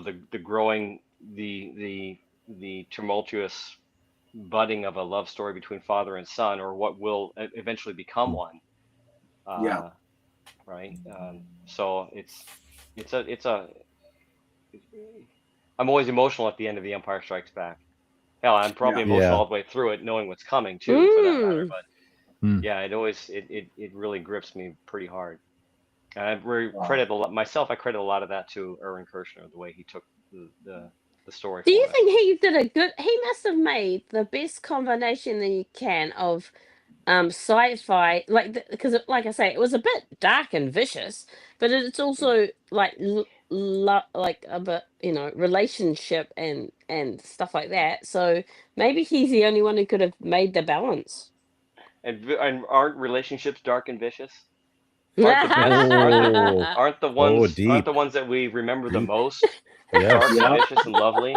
The Mhm. things in our lives, right?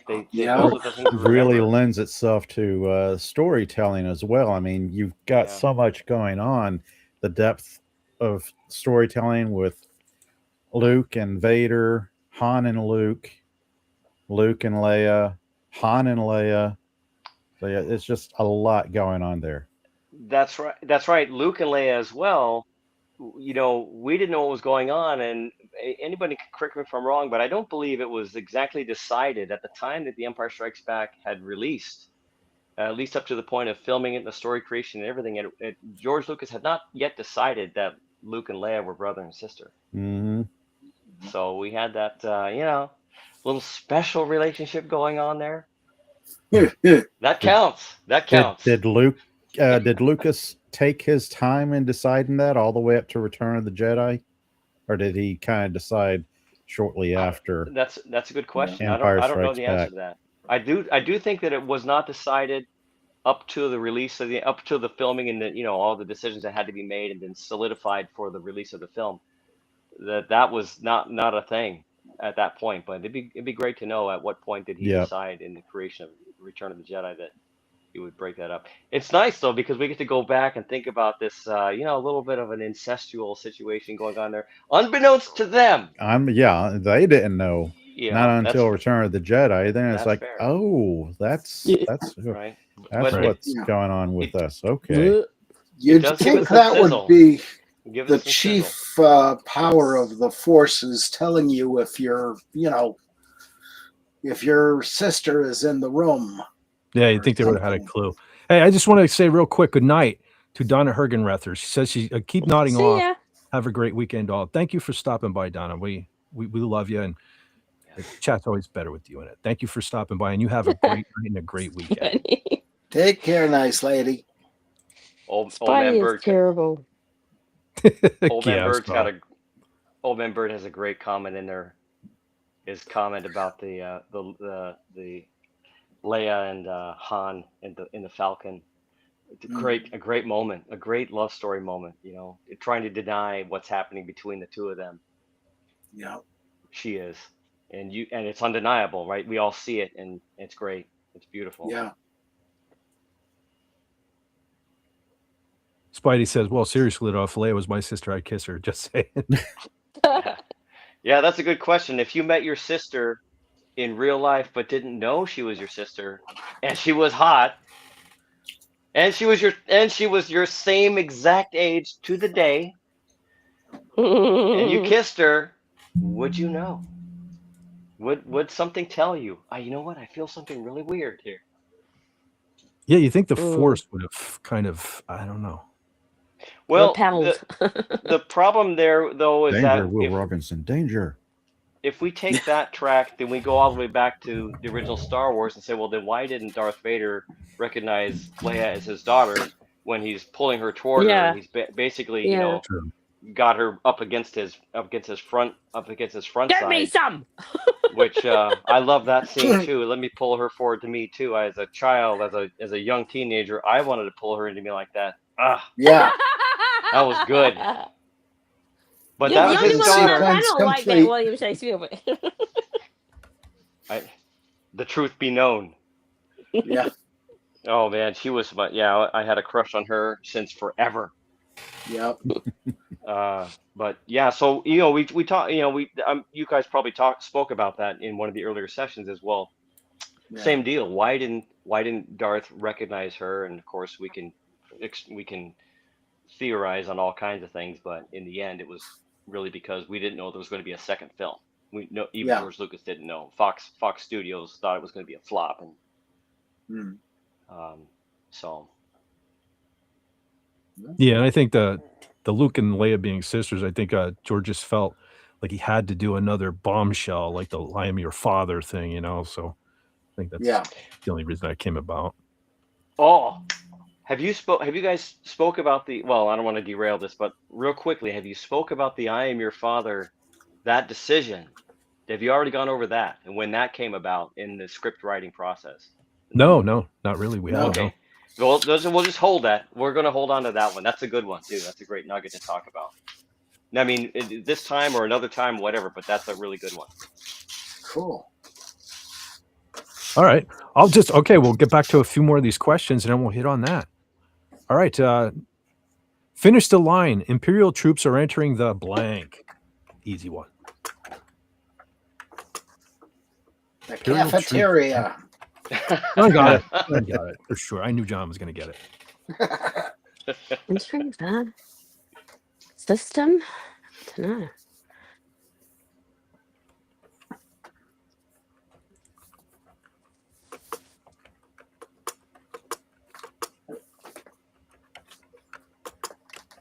know. I'm just a little chilly. Get your bear blanket. Hmm. Oh, Yeah, I we're got dropping it here. here. We're dropping here. We're down to 29 now. 26, 26 up here. Oh, It's supposed to be about 28 where I am. I'm expecting it to get colder though. Darn. Well, I've got that degrees in Celsius here. Yeah, Yeah. 26 in Celsius is a day at the beach here, isn't it? Yeah, that's right. Ah, oh, is that right, man? Let's He be went on. 48. Reverend Kirshner went on to direct RoboCop 2. Yep. I just Interesting. I didn't know that. I like RoboCop 2. never saw that one. I guess he embraced sci-fi after Empire, huh?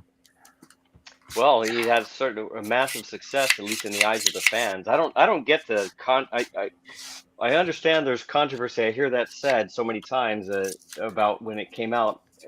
When I saw The Empire Strikes Back, it just exploded my head. So, I was already pretty much everything Star Wars at that point. I think I was 12 years old when I saw, in the theater, 1980, The Empire Strikes Back, and I just went, oh man, it just went from big to, universally gargantuan. The whole trope of Star Wars. Seeing The Empire Yeah. Strikes, there's no question in my mind that this is the best thing, that it just doubled down on the best thing that I've ever seen in my life. So, but that's a kid. That's me as a kid. Yeah. That's a Yeah. 12-year-old kid, very impressionable. I had my first computer within just either before or after just a few months of that. I got my first computer and was already programming, and I had no idea, or trying to. I had no idea though that this science fiction trope and the breakout of home computers, or the early stages of it, would suddenly take me off onto my entire career.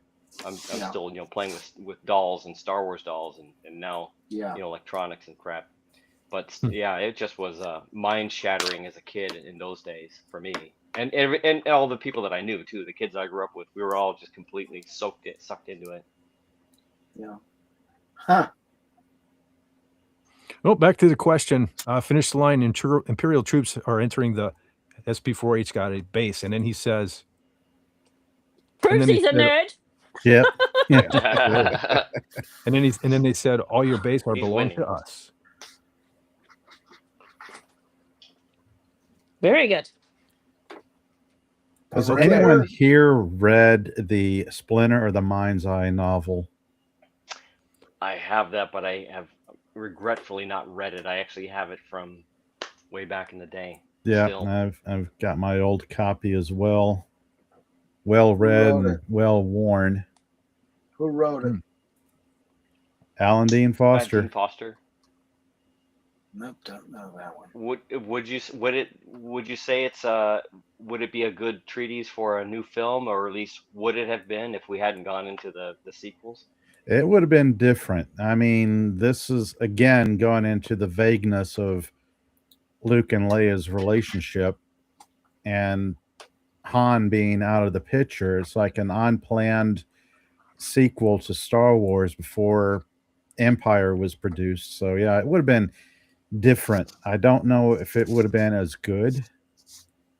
Probably not. But yeah, I mean, I'm glad that they went with Empire instead of Splinter of the Mind's Eye. But it was an interesting, you could call it side quest, I guess. Side adventure. The title sounds familiar. Yeah, I want to say I have the book, but again, like I haven't read it either. Yeah. It's also been adapted to graphic novel form, I believe. Yeah.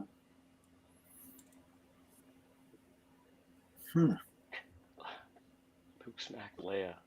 Did he? One of those really odd pieces of lore that's just out there, but it's never really referenced. It's like one and done kind of sort of thing. Yeah. The book. Yeah, the book, Splinter of the Mind's Eye. Yeah, I don't remember there being a follow-on to it, but I remember buying it and then just. I really don't have. I don't have any excuse for having not read it. Actually, that was pretty dumb. Going from memory, I want to say there was a point where George Lucas wasn't certain if Harrison Ford was going to come back to the role of Han Solo, so he had to come up with another idea for a potential movie. I don't know if he hired Alan Dean Foster to come up with a script or actually produce a novel. I'm uncertain about that, but Yeah. I remember that too. That was as early as The Empire Strikes Back. Harrison Ford felt that somebody needed to be sacrificed. A main character in the story needed to be actually sacrificed, and he wanted it to be Han Solo. So it sucks because it seems like, I mean, obviously George Lucas managed to convince him that that wasn't the right way he wanted to take the storyline, at least the core storyline. But then finally we get into current times and we have an opportunity to have another sequel trilogy. I mean, poorly executed, but nonetheless, it seems like Harrison Ford got his wish. I can only imagine he finally got through the Disney people said, kill him off. And yeah. one of the most depressing parts about the Force Awakens was just seeing him down. Like, what the fuck did you do that for? I Yeah. was kind of mad. Like, that accomplishes nothing. That doesn't make me sad or sorrowful. That pisses me off, is what it does. Yeah. So anyway, not to derail it onto the Force is broken movie. I This is tried kind of to interest- ignore the Disney sequel, so I'm like, what is this movie you're referencing? It's unfamiliar to me. That's right. They don't exist in this universe. They do not exist. There's only 6 Star Wars movies. It was a bad dream. Very Yes. bad dream. It was a nightmare, in fact. Yeah. Wallace Lang points out that Alan Dean Foster was the actual ghostwriter of the original Star Wars novel. Oh, okay. Yeah. That's cool. It's credited to George Lucas himself, the original novel. I didn't know that. Yeah, because that's the one I have in paperback, I'm pretty sure. Yeah, me too. It says George It Lucas had as the author on that one. Yeah, and it has But- Darth Vader's helmet on the cover, sort of a purplish tint. Mine, I think, is gold. And I'm pretty sure The Empire Strikes Back, I know that The Empire Strikes Back and The Return of the Jedi original novelizations are not credited to George Lucas as the author, but I don't remember who they are.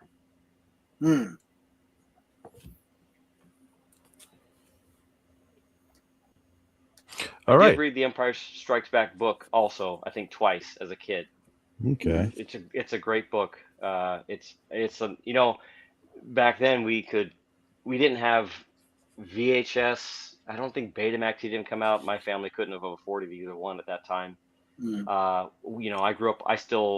My family and my household had a 19-inch black and white TV. That's it.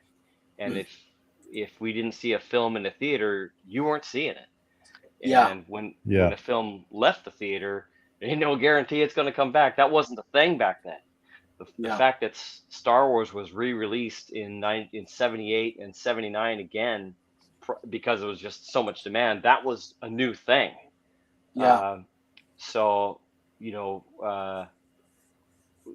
just being able to read the book was another way to experience the movie after it left the theaters. And it's a great book.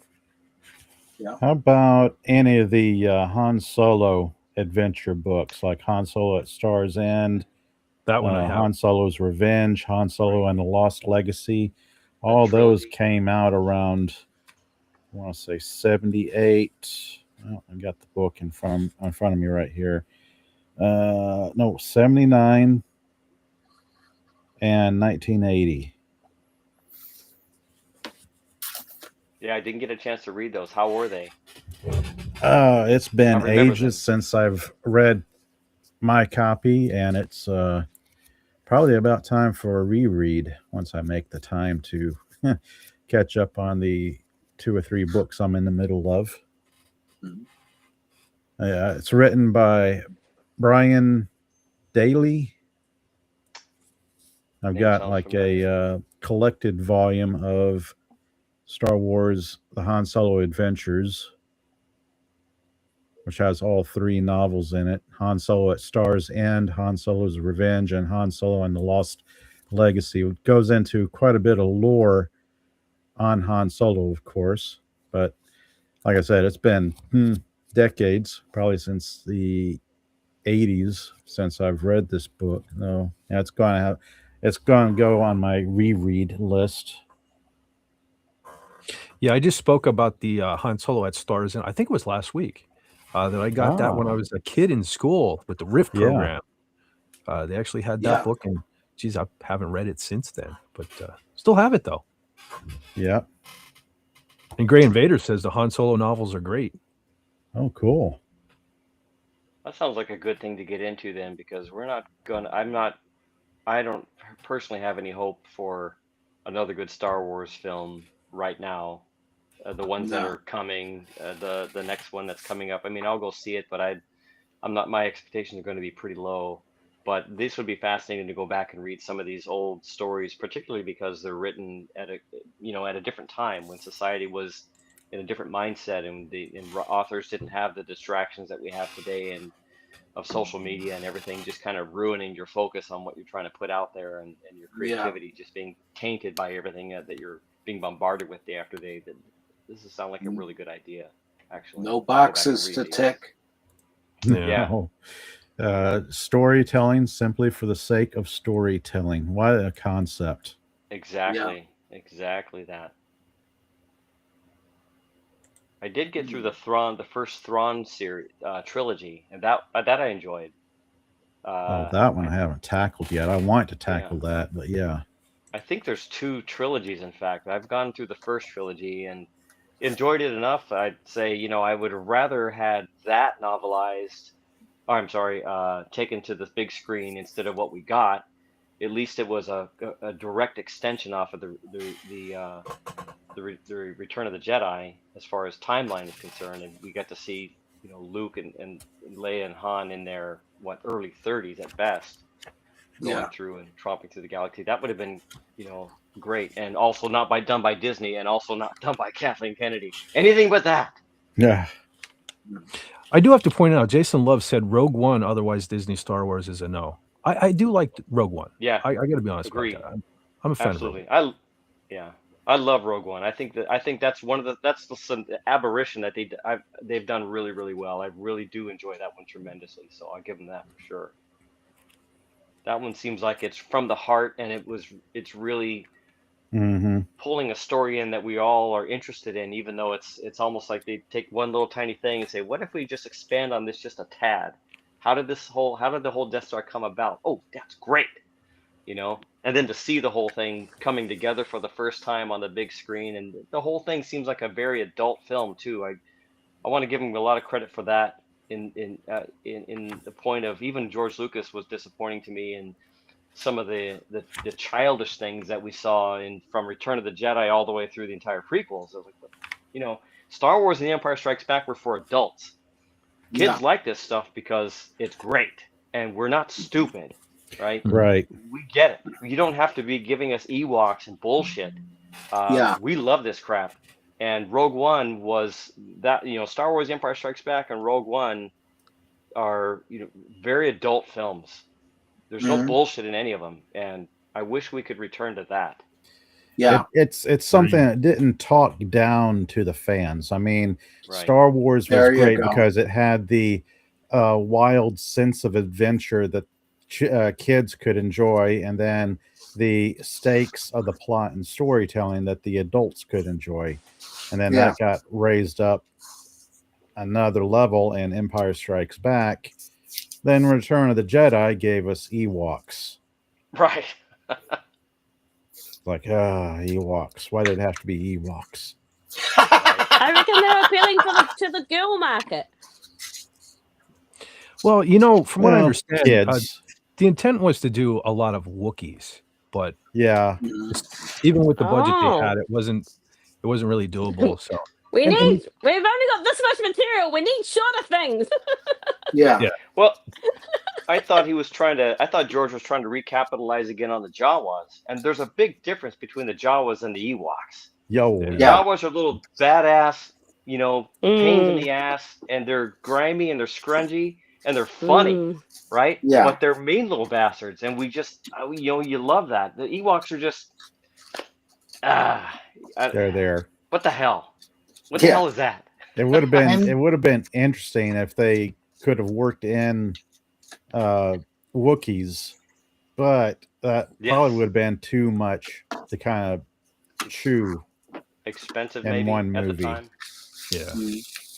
I mean, the whole lore, from what I understand, the whole lore George Lucas was wanting to go into with the Wookiees was having them be force sensitive and introduce some force wielding Wookiees, if I remember right. And then he couldn't work that into Return of the Jedi, so the cheapest way out on that was to go with Ewoks and have, oh look, these cute little Ewoks are using primitive stone weapons against the technologically advanced Empire. Oh, and they're winning. Yeah, Yay. right. That Yeah. was, that really derailed it a bit for me. I mean, I still enjoyed it tremendously, but Yeah. you got to overlook Yeah. So some it's of like this. almost like reverse Wookiee, like if you could, they could be Wookiees, instead of Wookiees. Wookiees. He's Walkies. just got the same sounds, and he's just Yep. swapped them around. wait Holy a minute. Brother Rob Wright is in the chat. Holy smokes. Hi, Rob. Hey, Rob, Yeah. Rob Wright. how do you spell Ewok?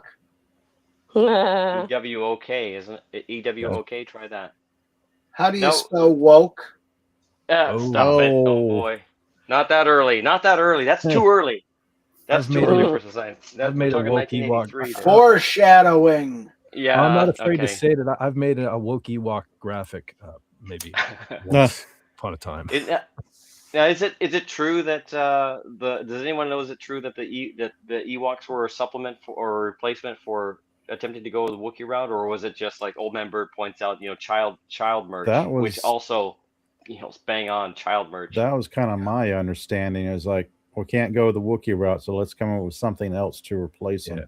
And then the merch was just, of course, who's Oh, of course, merchandising, Yeah. because it's Oh, look at that. Star It fits. Wars. It's Merchandising. merchandising. Yeah, if they would have done that, if they would have had the whole thing supplanted with a bunch of Ewok, damn it. Look at this, they got Ewoks on the brain. Things are cancerous. Yeah. If they'd done that with Wookiees instead of Ewoks, we would have had quite a different film. yes. It probably would have been much more adult and possibly even a little bit darker. Yeah. Wow. Yeah. And the flying Ewoks was a bit of a stretch too with that hang glider thing. Yeah. Yeah. The animal skin hang glider with twigs and vines. Yeah. But now the two trees that come together and smash the walker, now that was pretty cool. Yeah, that was a neat one. That was. I think we Just all like at that the one. convenient point where they had time to set up the two tree trunks and the vinage and the ropes and go, okay, we've got like 30 minutes to set this up because we know walkers will be here. They're We got to coming. get it set right because the movie demands a walker will come right down this path.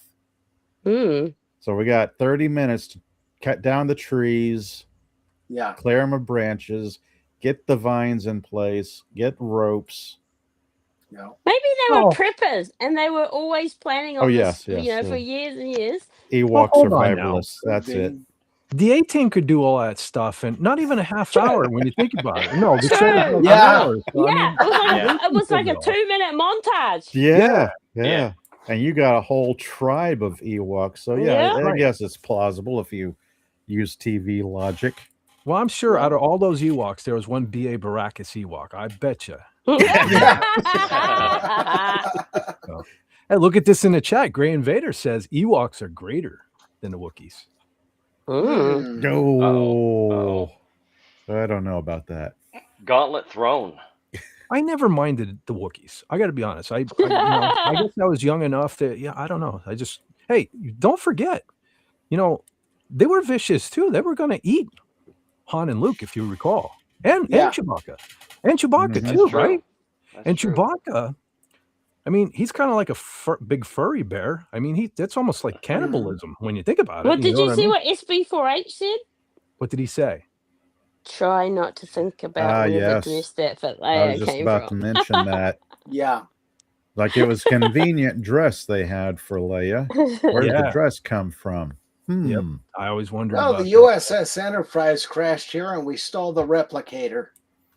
Or we like ate the survivors and kept their clothing. There you go. Yeah, clearly by Vicious their own Ewoks. Vicious by their little own- furballs. we could see there are wonderful seamstresses by their own rugged Yeah. outfits. They just happen to Yep. have cotton laying around and frilly lace. Yeah, Rob points out that's why we got Wookiees back in Revenge of the Sith. Yeah, because I mean, even in Revenge of the Sith, where they did like the digital duplication of various actors and stuff, it's still, you can kind of tell. Imagine back in 82, I assume they filmed that. Imagine having to hire like 100 7-foot A lot of dudes. guys and building all those Wookiee costumes, and to even if they only had several hero ones, but all the work that would go into that, holy smokes. Yeah. It would have been a That's what I lot was from thinking. back then. The cost I was thinking would be too prohibitive back then. No. I'll be right back. Okay. Yeah, that is a gripe of mine with Rogue One. The CGI in Rogue One, the age repressed Princess Leia in Rogue One looked like she was a little bloated. Yeah. Someone else even pointed out earlier that Tarkin was a little rough too.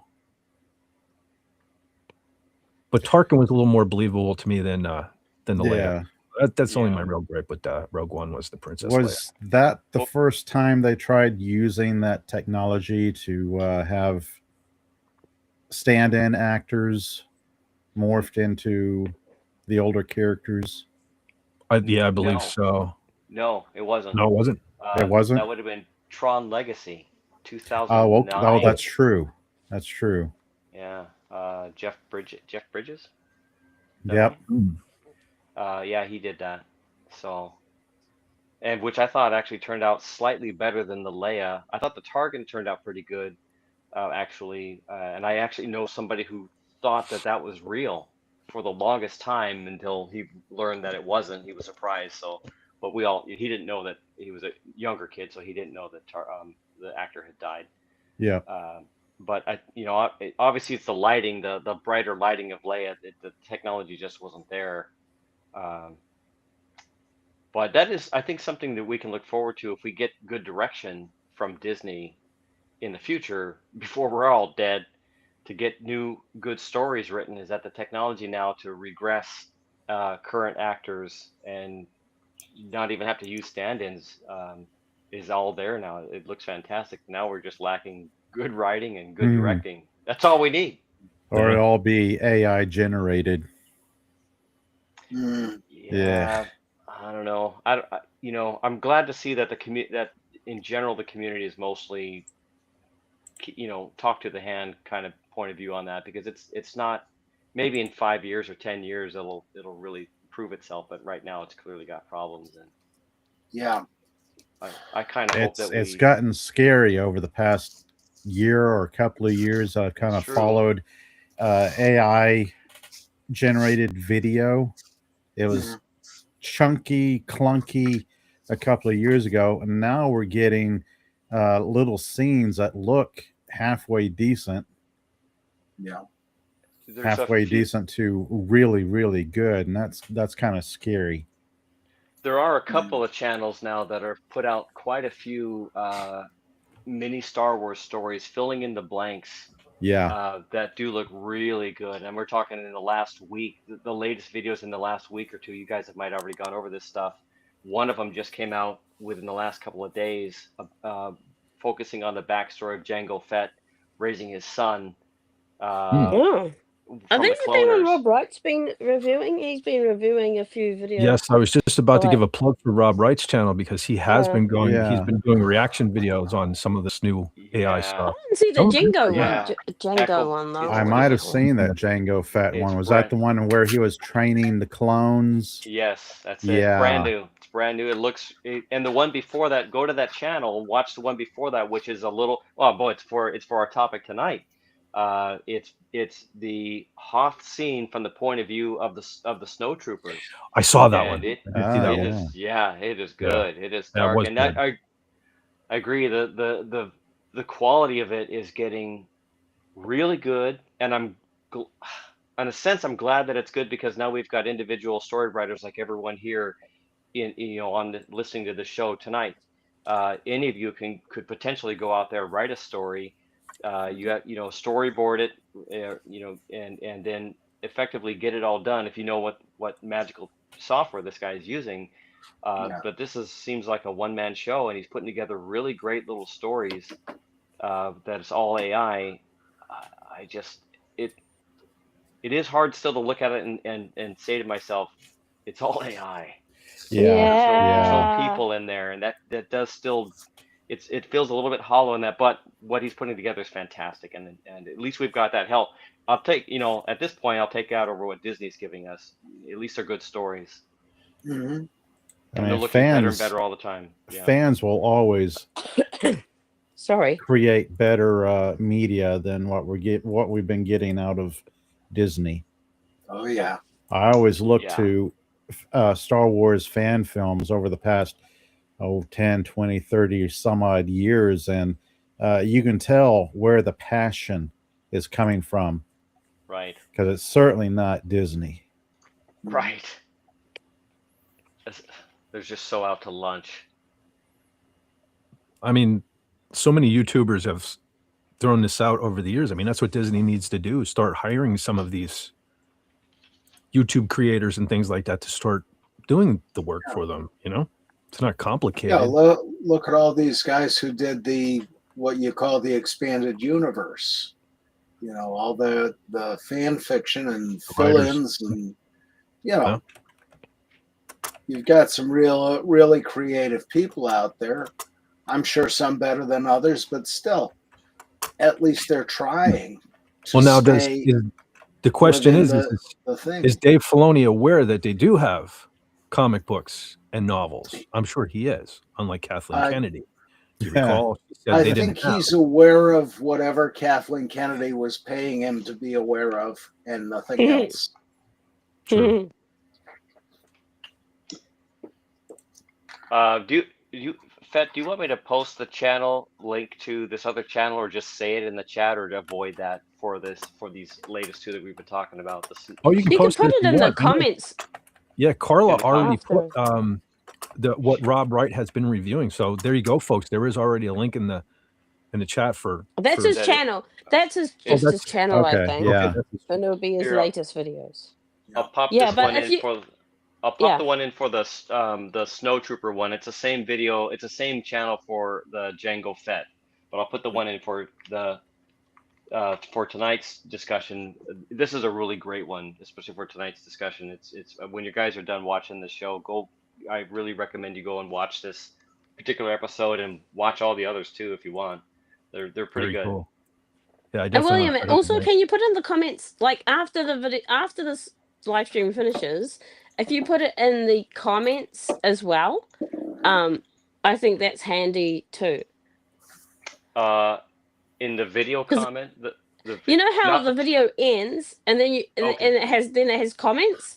And if you put it in the comments, then at least people can click on it later on. Whereas you can't really click on it now when it's brought up. Got it. Yeah. I know what you're saying. Yes, I'll do that. Take a look there. That should work. And this is the Hoth one. It's fantastic. It's dark. It's bloody. Very. It's brutal, and it's highly recommended. But yeah, it's AI. But boy, it'd be so great to gosh. It gives as much as I dislike AI, I will say it gives fans the ability to create gaps in the lore or perceived gaps in the lore, or just come up with an entirely new concept. Exactly, and that's what this channel has done. And I think it would be great if for everybody could see these things and just give this guy, give him the likes and the subscriptions and help him keep going. If right now it feels like this is about all we got for good quality content in Hmm. video form, other than going back to old books. I do love that idea, and I do think I'm going to go back to. I think I'm going to start with Splinter of the Mind's Eye, and then just maybe move forward in time from there. But yeah, check this stuff out, you guys. These are some at some point somebody's going to make these. Some of these films are like 10 minutes long, and it's Yep. got it doesn't have the old artifacting that we would see typically in just 12 months ago in the AI. They're really the generation of characters is very consistent through scene to scene. I don't know what he's doing to do this, but it is getting better on a scary basis. I just hope that studios in the future, Disney in particular, and Warner Brothers, don't take this route as a cheap way out to making really high quality cinematic stuff that we're going to go pay $25 in the theater to see or buy on 4K Blu-rays. I really hope that they don't just sacrifice the entire realm of physical actors just because this is here. Yeah. It just seems very cheap, and it's going to give it a hollow feeling. There's still Yes. something, to going to see your favorite actors on screen. All right, so Most of that my favorite actors are dead already. yeah, they're dropping like flies, aren't they? Yeah. So there you go, ladies and gentlemen. There's some cool new stuff to check out. But if you guys Yeah. won't mind indulging me right now, I did mention earlier I do have some toys that I like to show off. Ooh. Ooh, Yeah, some toys. old nostalgic vintage stuff. Not so much new stuff. If you don't mind, I hate enlarging myself, but I'm gonna make myself big right now. I do have a couple of little more modern things I want to show just because they're kind of cool. I think this was 2008, just because I love the scene. Oh yeah. This is the Oh yeah. Trail on Bespin battle pack. Nice. Nice. But so that's kind of a modern thing. And I want to show this just because it's Empire and I love TIE bombers. I do have a boxed Oh, nice. So, and I think this is the other newer thing. I just want to show, if you guys noticed, for a while there, the 6-inch Black Series, the figures weren't looking so great, which was strange to me because this one is from like 98, and it's hard to, it's so washed out with the light, Yeah. but they really kind of nailed Carrie Fisher with this one. And I mean, you're paying, I was just looking at the figures at Walmart like 2 weeks ago, and 6-inch figures now are like $35. Wow. Like, and Wow. the boxes are so bland and boring. I mean, look at this thing here. It has a little, she's on a base. That's Mhm. And great. look, you can Yeah. swivel it. Oh She's in You know what I wow. mean? stance. Yeah. Yeah. So I think Hasbro, man, everybody blames the quality of the movies on the lack of Mhm. people buying the merchandise, but a lot of that has to do with Hasbro too. They really dropped the ball. Like I used to collect the vintage collection, which is what they call the 3 3/4-inch figures now, and the Black Series, which are the 6-inch figures. And I gave up on the vintage collection years ago because they fall apart. Like Mhm. literally a few years ago, the blister bubbles were just falling. The glue was so defective, they would just fall off in the store. So I gave up on buying that stuff. So yeah, Wow. I just wanted to point that out that, they used to know how to make action figures and cool ones. And we need to get back to this because it's not just the movies that suck. It's the actual figures and all themselves. Yeah. But okay, so now I'll get into, I have these. I just thought this would be fun to show just because I still have my Empire Strikes Back sheets. Oh Those- yeah. Cool. Bed Still have sheets. them, man. Yeah, these were Preserved. Nice. Yeah. good old Boba Fett. That is cool. Yes, they've been in a Nice. bag for, geez, I don't even know how long. And I thought this would be cool to show. If my stuff is not falling over. This is the only Ben Cooper costume that I have, and I think is this what they wore in E.T.? Something like this, I think, if I remember correctly. Yeah, remember these costumes back in the day? Yeah, I remember when they tried to illegalize that style of mask because kids were getting run over by cars because no peripheral vision. Yeah, it is hard to see out of them. Yeah. Yeah, for sure. Oh yeah. What are these? The Empire version. Gotta have the old Han Nice. blaster. Let's see, I still have this, the Atari game, Ooh. Empire Strikes Back, which was I don't know. Looking back on it, it should have been boring, but it entertained me for hours as a kid. So, okay. Glorious 8-bit graphics. Yes. Get the old Empire Strikes Back Nice. lunchbox. I always thought that was a pretty cool scene. Some trooper action. Speaking of Cloud City. Yeah. The lunchboxes are awesome. Yes. C-3PO. And I'm pretty sure. Wow, man. Yep. Got the Yoda thermos. Yeah. Of course. Version 2. Yes? Did you have those as a kid? Have you been holding on to those since then? Or these two here, no. These were, I kind of got carried away with eBay many years ago. I was about to say eBay. Yeah. Yeah. I do have some from when I was a kid. One of them may kiss one, which I'll have to see. Holy smokes, General Carla has joined. I didn't realize she was gone. Don't tell her I said that. she was on the phone with her husband. Oh, okay. Okay. That's all. Okay. Hello. Oh, Hey, she's back. General Carla. I was just showing off my stuff again. Nice. We love it. We have Star Wars wallpaper. Oh, I'm jealous. Wallpaper. I'm jealous.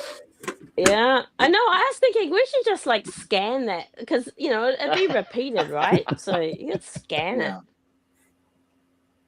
Got the Ooh. Wampa, and he actually looks a little better because of being washed out. He's a little yellow, the glue and stuff, but he's seen better days. A little Wampa. It's before I had that. Him and hug him and call him George.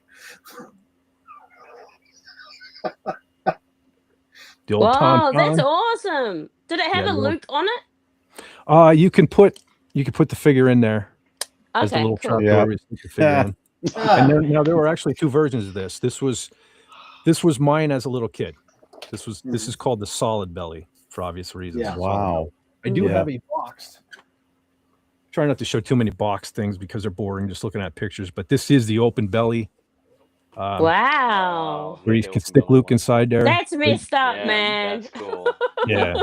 I do have That the is open cool. belly version, just he's boxed.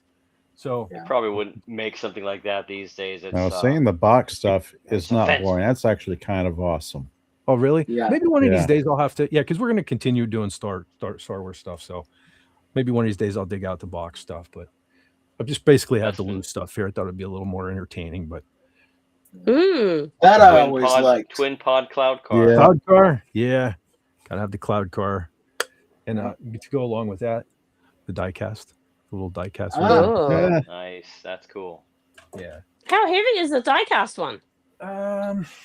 This one's not. It's I don't know, a couple ounces. It's not really heavy. It does. Okay. It does have actual landing gear, but I Ooh. won't break it. But and speaking of that, one of my favorite ships from Star Wars ever, Yes. Yeah. Yeah, the snow Snow speeder. Speeder, That's right? the best. and actually, like the engines and the panels always go missing, but they're actually still on the thing. Does that one take batteries and light up? And do the guns light up on that one? I It don't does. remember. Yes, the battery compartment is right there, I believe, and Cool. these things light up. Unfortunately, We have that one too. and to go along I with had, that, actually, I have a boxed one of that too, and I think the box I have is a little more rare. Now I feel bad for not bringing the boxes down because most of the boxes had the sky was blue, but I have the pink sky version boxed. But and to go along with that, the diecast. Nice. Nice. Diecast. I always thought this was Yeah. a great design, man. The snow Yeah. speeder. Yeah. You know, I really enjoy that. So this one, this thing. Hold on a second. Yes. I got a question for you. I never quite understood in the when when they were going after, I think it was when they were going to go try to find Luke in on Hoth. They said we're having trouble adapting the speeders to the cold, Mhm. but they're snow speeders. Technically, it's a T-65 air speeder, I think is the official name. Okay. And they only took them along with them on Hoth, and they were in the process of trying to, like you said, adapt them to the cold to use. So that's why I guess they weren't functioning as well as they could have. Yeah, I always thought that they never got out of the atmosphere because space can be pretty cold too. Yeah, well, these were an even atmosphere. colder. Yeah, these were basically planes. Yeah. Right? It's the equivalent of planes for them. So we call them snow speeders just because they were the snow They were in speeders the in the snow. film, but technically they were really not snow speeders. There's a different name for them. That originally Yeah. these were not actually designed as snow speeders. No, not at all. No. Fascinating. Okay. So they had to make use with what they had, just like this, the X-Wing, is supposed to have been an old, because the Empire had all the good new stuff and the rebels just used whatever they could get their hands on. And supposedly like the X-Wings were old, kind of outdated, but I love them. And particularly this one, this is the gray version, which I remember this came in an X-Wing box. I played with this thing so much when I was a little kid. And it lasted. Yeah, it lasted. Right? Yeah, For years. Right. Yeah. And let me tell you what, I took care of my toys, but I used to take stuff like this, especially the Empire stuff, out in the snow when it was snowing. I used to take pictures. Cool. I would set them up and take pictures and stuff. So these were out in the weather, believe it or not, and they're still in pretty decent shape. Cool. So, that's one of my favorites. Now we're going to talk Empire here on the Fet for Hire channel. We have to show. Oh yeah. And this is Slave One, by the way. This ain't no fire spray. Yeah, this isn't, Fett for Hire, or Boba Fett's starship. This is Slave One. Yeah. Yep. That's right. And because we capture people and we put them in there and freeze them in carbonite. Yeah. And so now this was definitely not mine when I was a kid. This, unfortunately, I dreamt of. Wow. I never did. So this was one of my first big purchases as an adult when I felt like I had extra money, which I didn't. But I discovered an old site called Brian's Toys, which I scored this off of. And I remember, boy, I was probably 30 years old when I bought this thing, but I felt like I was like 10 again. You know what I mean? I was that little kid. Of course. Yeah, because we used to have the funny thing was we had a hardware store here that used to get all the stuff like this, like the department stores would get the small ships here. Yeah. But never really the big stuff like this. But I used to see this at our local. I used to see this at our local hardware store, and I'd be like, "Man, Mom, can I get that?" No. Oh man, I used to cry. So this was my first. That is impressive.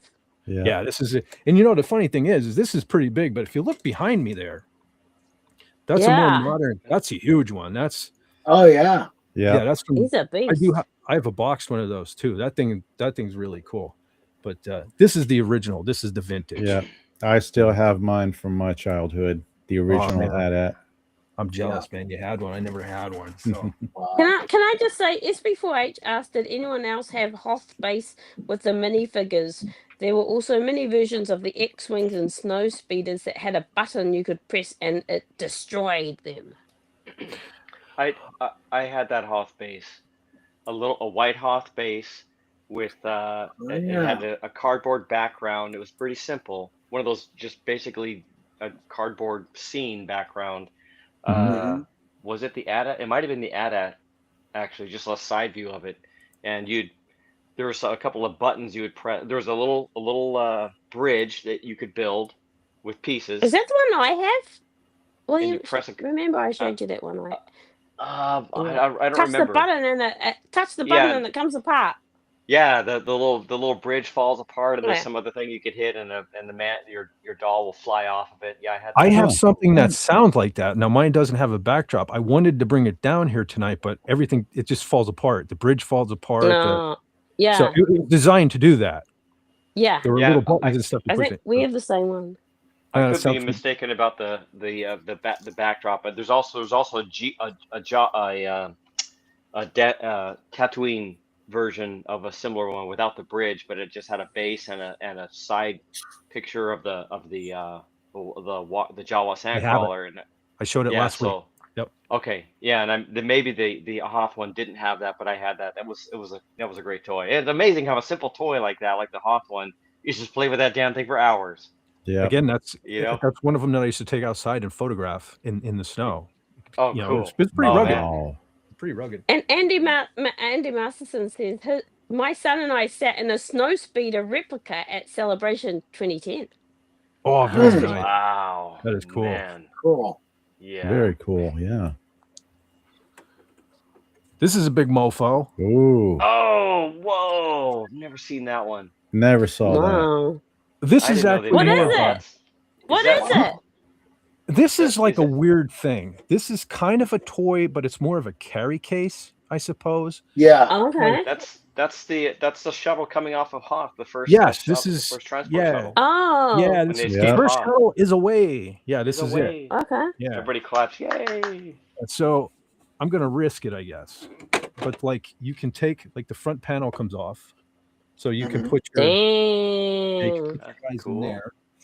And if I remember correctly, yeah, the back panel comes off, and then you got your guns, so you can put Yeah. your characters in back there. And then two, I think if I remember right, yeah. So you pull that off, and cool. it's the Ah. it's a carry Oh case. man, look at that. Yeah. That is bitching. So- yeah. It's practical Uh-oh. and it's You fun. froze. Oh yeah, we lost it. Yeah. That's too much awesomeness for one stream. He Yeah. froze. So you put all your figures in there too. So There we And go. he's this thing back. could okay. There we go. Yep. You're back. I was getting scared because we had snow today, so I had a feeling there was going to be some issue. Oh. Okay. Be careful when you put those things and you get up again. Yeah, that's what I'm trying not to kick things and things that I have. I'm all over the place. But so this I think that's most of the vintage stuff. I do have two things I want to save for the very last. But all right, so these are kind of more modern, and it's going to be hard to show on camera, I guess. And again, they're boxed. I feel bad. I never opened them at this point, but I do have a couple lightsabers that, Mhm. and these are Empire specific. Believe it or not, the sabers vary from movie to movie. So these are like legitimate replicas. This is Darth Vader's. I believe these are master replicas. But where the hell does it say? I know it says Empire on. Oh, right here. Yeah, master replicas, episode 5. Wow. Mm. And this one, I love the Luke Anakin hilt. Yeah. So this is the Empire Yeah. version of Luke's. Yeah, right there. Episode 5. Nice. So yeah. Cool. And John, you're gonna like this one. Oh yeah. This one. Now I showed some guitars last week, but I couldn't take it out of the box. This one is out of the box. And check it out. Yeah. Oh, Of course, nice. Best for Hire has to have Boba Fett. Oh wow. Oh, cool. And if you look, Yeah. it's hard to tell, but that's a Millennium Falcon there in the background. Oh, yeah, it is hard to tell, but that is Sweet, cool. ain't it? See Boba Fett. Yay. Well, now Where'd you one of the get that? coolest. This was my local music store, pretty much where I got all my guitars. They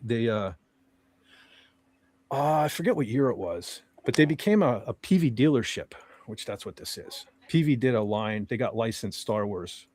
Whoa. Wow. Yeah, that is Uh, cool. Have you ever played that? I do play this one from time to time because this one here I just bought. This hung in. I don't know why people didn't buy it at the music store. So this one That hung would have been on awesome. for a long time. I got a man. really killer deal on this. And one of the Oh. coolest things about it was I often speak of my original Facebook account. I was friends with Sunio Sanda, a Star Wars artist who actually works for George Lucas previously and then Disney, who actually did this artwork, right? And I didn't even know that at the time. I posted the picture of this when I got on Facebook, and he's like, "That's my painting." Yeah. I was like, Whoa. "That's pretty That's cool." So awesome. we talked, he was like psyched to see that there was a guitar. He wasn't even aware until I posted the picture of this guitar that his artwork was on a guitar. But yeah, PV did a a run of Star Wars guitars, and yeah, of course, I had to nab a Boba Fett.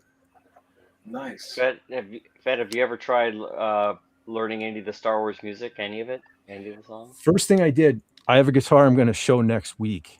Right, you guys are going to love it. Oh, yeah, I know the You know one. what it is. Let's just say there's a bikini on it. Okay, Nice. so that one I special ordered. All right, I'm just going to tell you, it's got Slave Lay on it. Okay. Yeah, it And does. this was done. So it probably was around 2012 when they did these, because when I heard they were going to do that guitar, and Disney bought Star Wars and was right away saying, "Oh, no more Slave Leia stuff," right? Mhm. I special ordered the guitar. So the first thing I did when I brought it home was on my old Facebook account, I played the Star Wars theme, like metal version Nice. of it, with that particular guitar. So yeah, I have played Star Wars. I tend to have to play Star Wars when I break one of these out, but Yep. yeah, man. And you're going to have to round up one of these Star Wars discussion shows with a demonstration of metal Star Wars on the appropriate guitar. Yeah. Slave Yeah. Leia would be just fine. Slave Leia would be just fine. Thank you. Yeah, so I definitely want to get back to playing guitar on the stream. That's what like next week will be Return of the Jedi, and then we're kind of get back to normal as this channel gets. And yeah, I want to work on remiking the guitar and getting the setup going with this on Restream, learning Restream again. But yes, we will play on air again. So I think I only have 2 more things, and these are special. Oh no! Shoot, I almost forgot these. So this was the first Boba Fett helmet I ever had. Of course, this is the kid version from early 2000s. One thing I did like that Disney did with the Mandalorian show was how, because it was always lame that for safety reasons they gave it the big lens, right? Yeah. But with the Mandalorian, it was kind of neat that they showed the kids in season 3. If you remember the beginning of season 3, I know a lot of people don't like season 3, so you probably forget. But the child Mandalorians, when they're training to become, I remember that. Disney incorporated the large lens, so it wasn't quite as dorky to have the childhood helmet anymore. So they made it cool for kids. That's another cool thing that Disney kind of did. So I'll give them that. Yeah.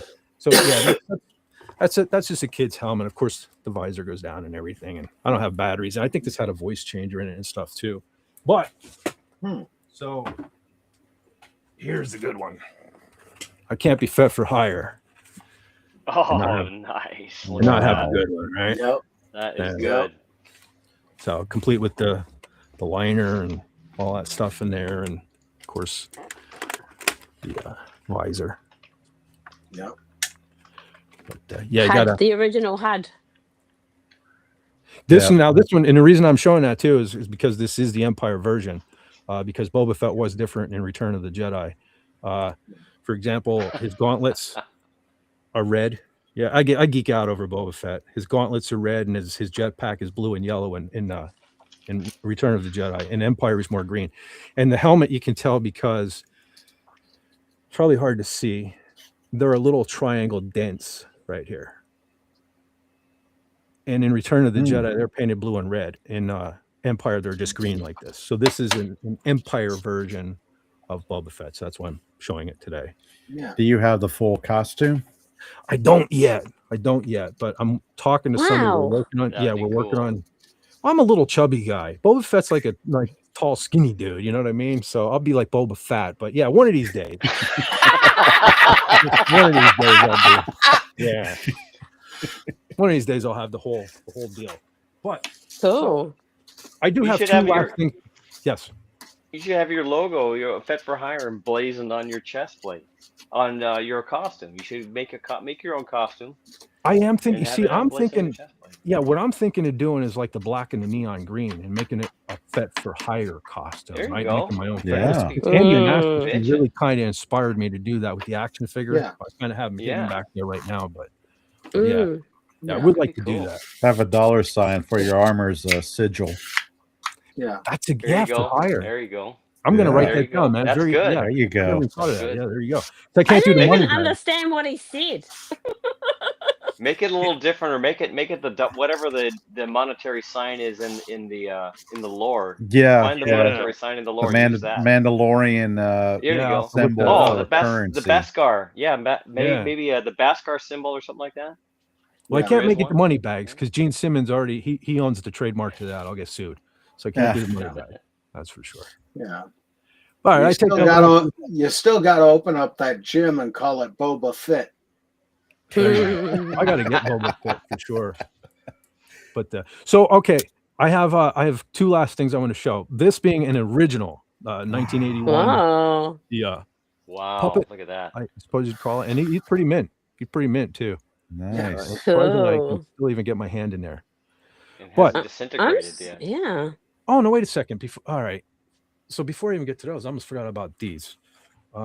These are kind of modern, and I just want to show these real quick. This is the original Boba Fett Yeah. prototype because he Oh, was cool. there. Wow, So yeah. really, what Boba Fett, what this armor was supposed to be, where they were supposed to be super troopers in Empire, and again, for the sake of cost, they couldn't do like 1 million of these.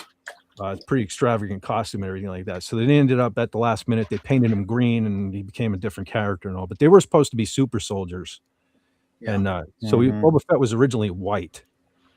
So I do have the prototype, unpunched, by the way, unpunched. Ooh. And I also Wow. have, Cool. now this is a recreation. I wish it was legit. I wish it was legit because I wouldn't even have to be right here. I wouldn't even have to be here right now because like I'd be a millionaire.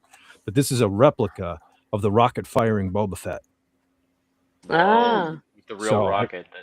Yeah, this one, and you know, the funny thing is like this, it really fires, you know, it really fires now. So it's strange that back in what, 79, 80, Yeah. we were They concerned with choking our children, but now you can buy a Kid replica. safety? What's that? Yeah. Yeah, now we're not Yeah. You'll concerned. put your eye out. Yeah. Yeah. But yeah, this is a replica that really fires the rocket. Of course, I never opened it. This one is also unpunched. Wow. But Wow. so I'm feeling getting like back to Jack Nicholson's Joker from Batman. Where does he get all those wonderful toys? right. Wow. But back to this. The reason I showed this is because this is cool, but this is cooler because like last week I wanted to end on this because again it's washed out, but this was just like one of those things you bought in a store. It was white and you paint them. Mhm. This was painted by my Oh. mom. I have this thing Yeah. forever. Aw. Cool. That's Yes. sweet. Awesome. So this That's is some nice sentimental value there. yeah, this Yep. is one of my favorite things. So he's I have a shelf right over my bed that he sits. Aw. Yeah. He's right above me Sweet. every night. So Yeah. okay, I think I hit everything. Very cool. Awesome, man. Thanks for indulging me. I enjoy it Oh, thanks for Blast from the sharing. past. Yeah. Yeah. for sure. So, all right, let me take a look at the chat because every time I start showing my stuff off, people start chatting about it, and I feel bad because I can't keep an eye on that and show the stuff off. Ooh. But yeah, Canadian. You have to go way up. Way up. This feels Yeah, like a show and tell from like middle school or something. Like, Yeah. okay, Jamie, what did you bring to share with the class? Well, I feel like a little kid when I show this stuff off. I Dude, I know. remember when I first got into guitar playing, right? My mom used to get like, there was a vacuum salesman who used to show, I swear it was like every couple of months he'd show up and I'd show him my new guitar. Like he'd be trying to get my mom to buy a vacuum cleaner. And I'd be like, hey, hold on. And I'd run upstairs and get my guitar and she'll look at my new guitar or something like that. So, Yeah. Yeah. but, yeah. So, yeah. SP4A said, impressive, most impressive. Wallace Lang, I see PV guitar. So I believe that the reason that PV guitar didn't sell was because it was a crossover between the Star Wars and Predator movie franchise. No, actually, the guitar it's a PV Predator. That is the model of the guitar. The guitar is a Predator. Mm. Yeah. Maybe people thought that. Why does it say Predator on Yeah. that? But no, that is the model of the guitar. What year did they come out with those guitars? Like I was saying, it had to be around. So Disney bought Star Wars in 2012, if I remember correctly. So it had to be Okay. like right around that window because I remember it's like they kicked the door down and said, no Slave One, no Slave Leia. So Yeah, because it was right in that area that they were in real financial trouble at PV. PV. Yeah. Yeah, that's Yeah. probably Wow. what they tried to do to sell because I think they had a Marvel contract too. I think there were Marvel Oh, guitars as Roboting. well. I have stuff like Car Strap. Yeah. Again, see, Yeah. I was just saying, am I back? Am I here? yeah, Yeah. you're here. You're good. Yep. Okay. I I was just saying they did a whole bunch of merch. Like they had acoustic guitars. I have a bunch of Star Wars guitar picks. I have an R2D2 guitar strap. So yeah, I have a bunch of stuff. It was cool that they had Star Wars merch. And a little side note, John, I don't know if I ever even told you this, but I know all my Ibanez guitars. I would buy, when I got a new guitar, I would buy like a little wallet and I would hang a Star Wars keychain on it. Always. Every single one of my Ibanez guitars has a Star Wars keychain on it. I don't know, it's just like a good luck charm for me. So Yeah. Yeah, sure. Very good. The Force may be with your guitars. Wow. So when are you opening up your museum? Are you going to sell tickets for admission? Yeah, I know. It's pretty awesome. I don't know if my stuff is museum quality, but I got some stuff. Yeah. Yeah. It has been awesome to see all that. Yeah, reliving our past, our I childhood. know it. Yeah, because the one thing I had, and I think I still have it somewhere in a box in the shed, is the book of the artwork for Empire Strikes Back. I know what you're talking. I think I have that too, stored away. About, yeah, I know. Sort of that by that. It's all like beautiful. line drawing, mostly line drawings, is it? Oh wow. Yeah, line drawings and paintings. Yeah, I think I have that too, stored away. That was a great book I got for Christmas one year, and that had that scene I talked about earlier with the medical droid playing with Luke's new hand, and I just thought that medical droid was so great. Can never remember his name. The multi-armed medical droid. 21B. 21B is the 21B is the blue one with the microphone on the face. Okay. Yeah, that's the one. FX7 I know what you're is with all the arms. Yeah, I know what you're talking. I had that doll too. I remember that. I think I still have both of those. What was his name? The doll with all the arms? FX7. FX7. Yeah. Yep. Remember that. Yeah, one of these days I'll have to break out my action figures, man. I was showing last week. I showed the Darth Vader case. Cool. I actually have 5 of those, and I have 3 of the C-3PO cases. Just wow. Pretty chock. I have one of the Darth Vader cases. Yeah. That's cool. Yeah, I have one just filled with like stormtroopers and biker scouts. It's got to have the Imperial Army. Wow. So, but yeah.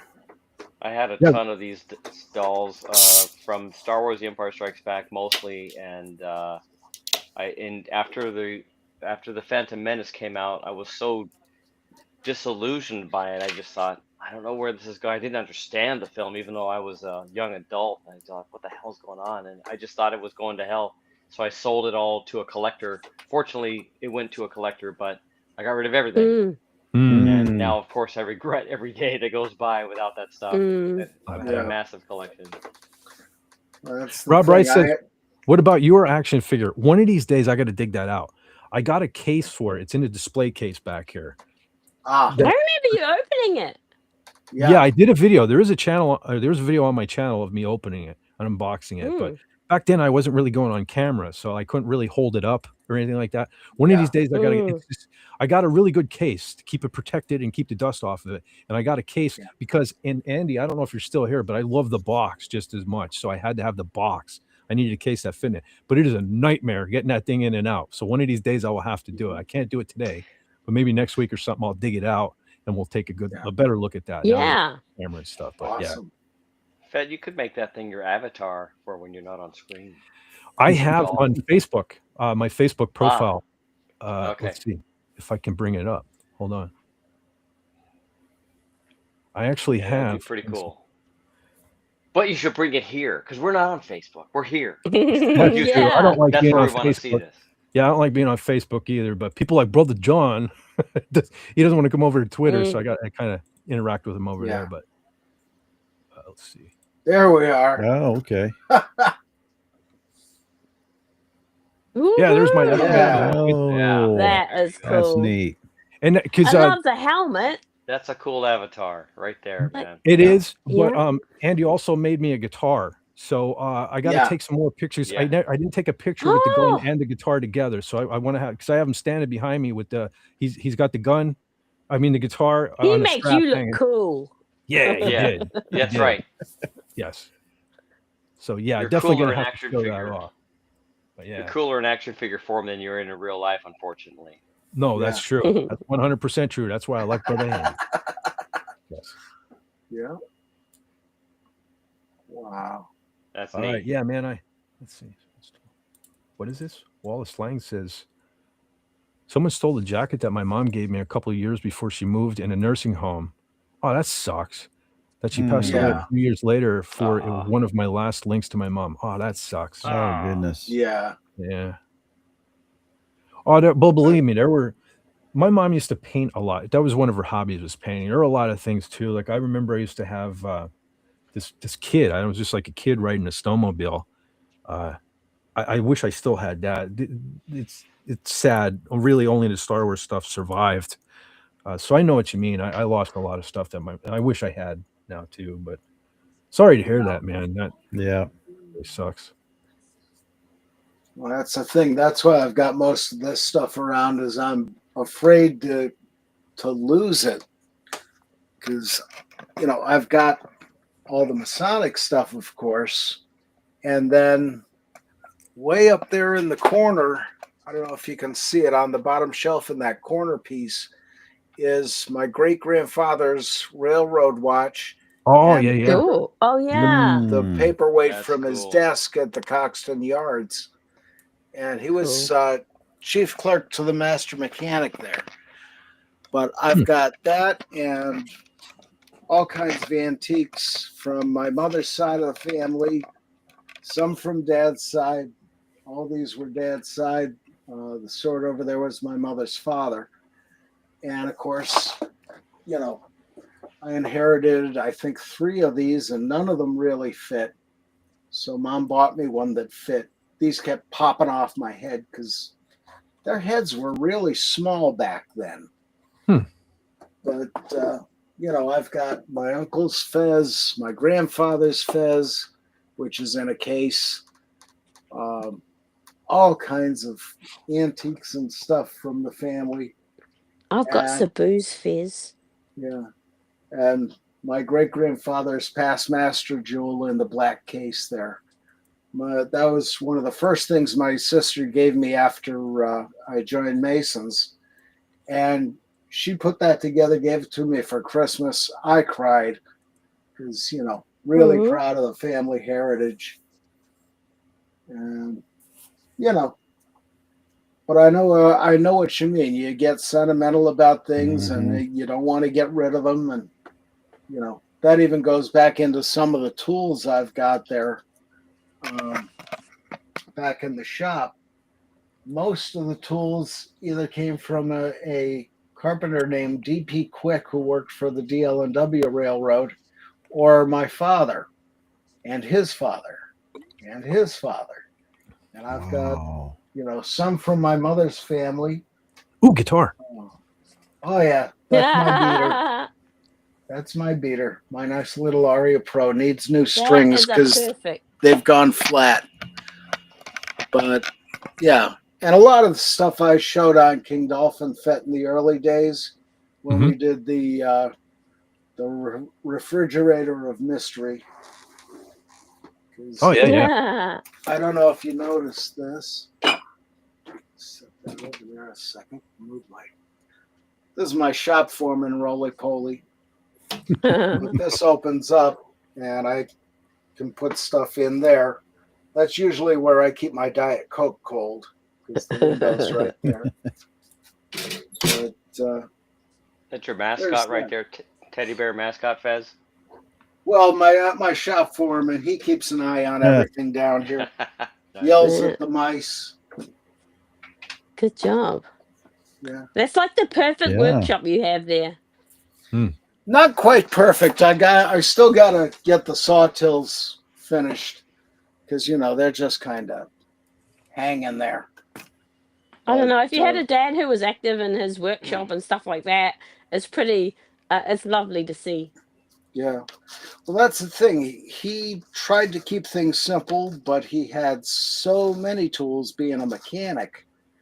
And I've got socket sets that go up to 1.5 inch or 2.5 inch, I forget which, and the 3/4 inch drive, and there's all the way down to 1/4-inch drive, and it really boggles the mind how much stuff he had, and then my grandfather's stuff on top of that. Oh, wow. It's a little crazy, but you know, it's one of those things. I have fun with that. That's very cool. Yeah. Thank you. I just wanted to point out real quick, Andy Masterson says everyone loves the box. Yes, that is something nobody when you get a figure from Andy Masterson, like you don't just get, like he told me he was going to make me an action figure, and I'm like, okay, he's going to put a Boba Fett helmet on it. No, it's like, man, he made a guitar and the box. Like, he put my logo on the box, and so it's something very, very special. That's a lot of time. I don't remember if it was a live stream or if it was a separate video Andy did on making the boxes. I think it was on a live stream. He was, cut the cardboard and making I don't know if it was a cut or an impression to fold the sides up and everything. It was a while ago, but it's just the work of doing that and keeping your hand steady and, not having the knife go down and then suddenly kick out on you. Yeah. There would be a lot of injuries that if I did happens. that. Yeah. Yeah, Well, that's even the the thing, Doomcock. and then you got to start over once the bleeding stops. Yes, and you don't want to get all that red all over the box either, because even my Doomcock figure, I have the case that the box fits in for that too, because the box is beautiful. Little box with the three-headed chicken and a Doomcock. Yeah, very, very nice and very nice. And he says, "I love when my work is appreciated. Thank you." Yeah. Well, it's impressive. It is. Yeah. Fett's been immortalized in action figure form. There are a few people in the entire world that could say that. Actually, if you think you will be surprised. Like it was a few months back. I haven't seen my nephew in a long time, and he just showed up out of the blue, and so I was showing him around in here, and like all the stuff that I have, lunchbox collection, all this stuff. He's like, "What's that?" So I showed him the Doomcock, and I'm like, "Well, the other one's me." He's like, "Dude, you have an action figure of yourself?" Yeah, no shit. To a kid, that's Very like, what? cool. I'm like, "Yeah, don't you? You're a god." He's famous. Yeah. Oh, yeah, that's very cool. He's now deity for hire. Yeah. Yes. You know what the cool thing too is? Now I feel bad for not. I got to get that out next week, because one of the coolest things about it too, talking about the attention to detail. Okay, so you know how on Boba Fett's pauldron he has the Bantha skull, the Mandalorian skull. Mm-hmm. On the Fett for hire figure, Doomcock helmet. Oh, cool. There's a graphic of the Doomcock helmet on my shoulder. So what a touch too, man. It's like, yeah, cool. One of my favorite things about it. The Doomcock Army. Yeah. So, what's in the box? Which box? Is that Brother John's box up there? Sure. What box? This box? Just cigarette tubes. There you go. Robert told you. What happened? Have a look what Rob wrote. The latest Rob one. I was Wright just looking wrote. at that. Yeah. He's talking to you, General Kala. He's talking to you. You're the one who hops around all these YouTube channels, man. That's right. Remember what Roger Ianathe said. You're a rising star. Fez, did you see what Wallace Lang wrote? Yeah, that's pretty cool, man. Both Masons and Shriners, their fezzes are still at the house. Yep. Very cool. And I imagine there's a jewelry collection somewhere, because I have my grandfather's shrine ring and his Masonic ring. And I was going through a bad time back around 2010-11. And I'll give you the Reader's Digest version. I was looking through my drawers for a bullet, and I found my grandfather's rings. And I sent an email off to Grand Lodge of Pennsylvania, said, find me a lodge. 2 days later, a guy named Jimmy Hager shows up at my house and says, come on for a ride over the lodge. We'll take you through. And he gave me the 50-cent tour, filled out the petition. A few months later, went through the degrees, and I haven't looked back since. It's been great. Just wonderful people. And I'm already in my second term as a worshipful master. I've been an eminent commander of my Commandery Knights Templars and Grand High Priest of my Royal Arch chapter. So I have I think one more. Andy was trying to join one as Yeah, well. whatever happened with that, Andy? Did they ever return the money or anything? Because I know he had petitioned and gave him the initiation fee, and nothing ever came of it, as far as I know. I thought he was on a wait list. Is that it? I remember when Gary kept. Remember when we were in Philly, John, and we were at the Grand Lodge, and Gary kept telling me I should join up. I don't know if you guys could handle me. Oh yeah, You think? you'd have a ball with it. You'd absolutely love it, because you get in with a good bunch of guys, and it makes it fun. I And think, the fact but if that you had, I when was you to say, if you had working hours that weren't very friendly, it's a hard thing to do, though, isn't it? Because you don't really get a chance to go. well, there are day lodges around still in Pennsylvania, but they're few and far between. But there are ways of, adjusting.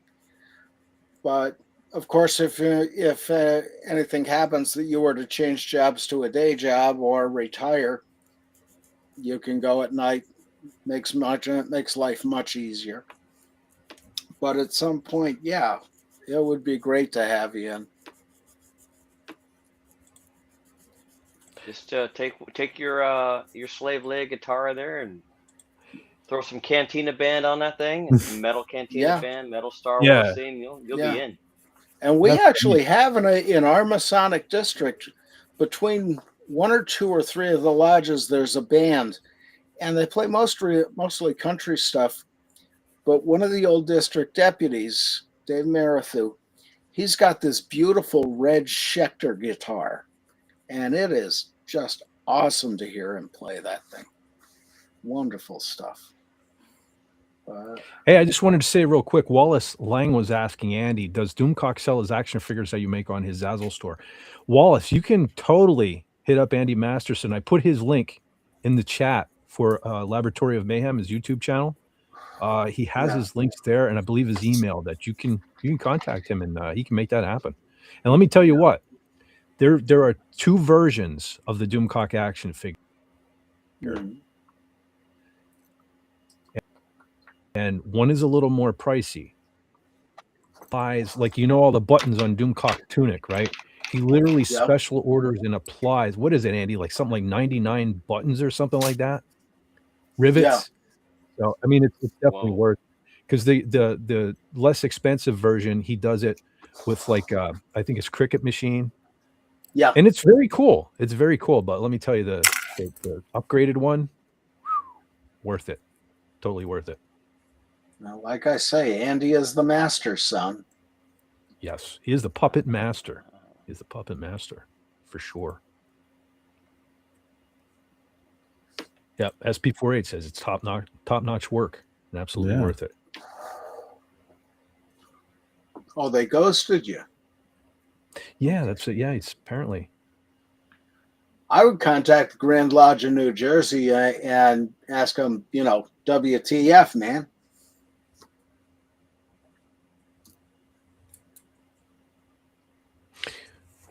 All right, ladies and gentlemen, I think we had a pretty decent show. For as tired as I was, of course, I'm waking up now at the end, but because I'm noticing here now that I'm starting to freeze up and everything, so I'm guessing it's probably about that time. Yeah. But so next week, I want to hit on Return of the Jedi. I'll probably be a little more lively on that one because that one means a lot to me because a Star Wars movie I finally got to see in the theater, so I'll get to speak on that and everything.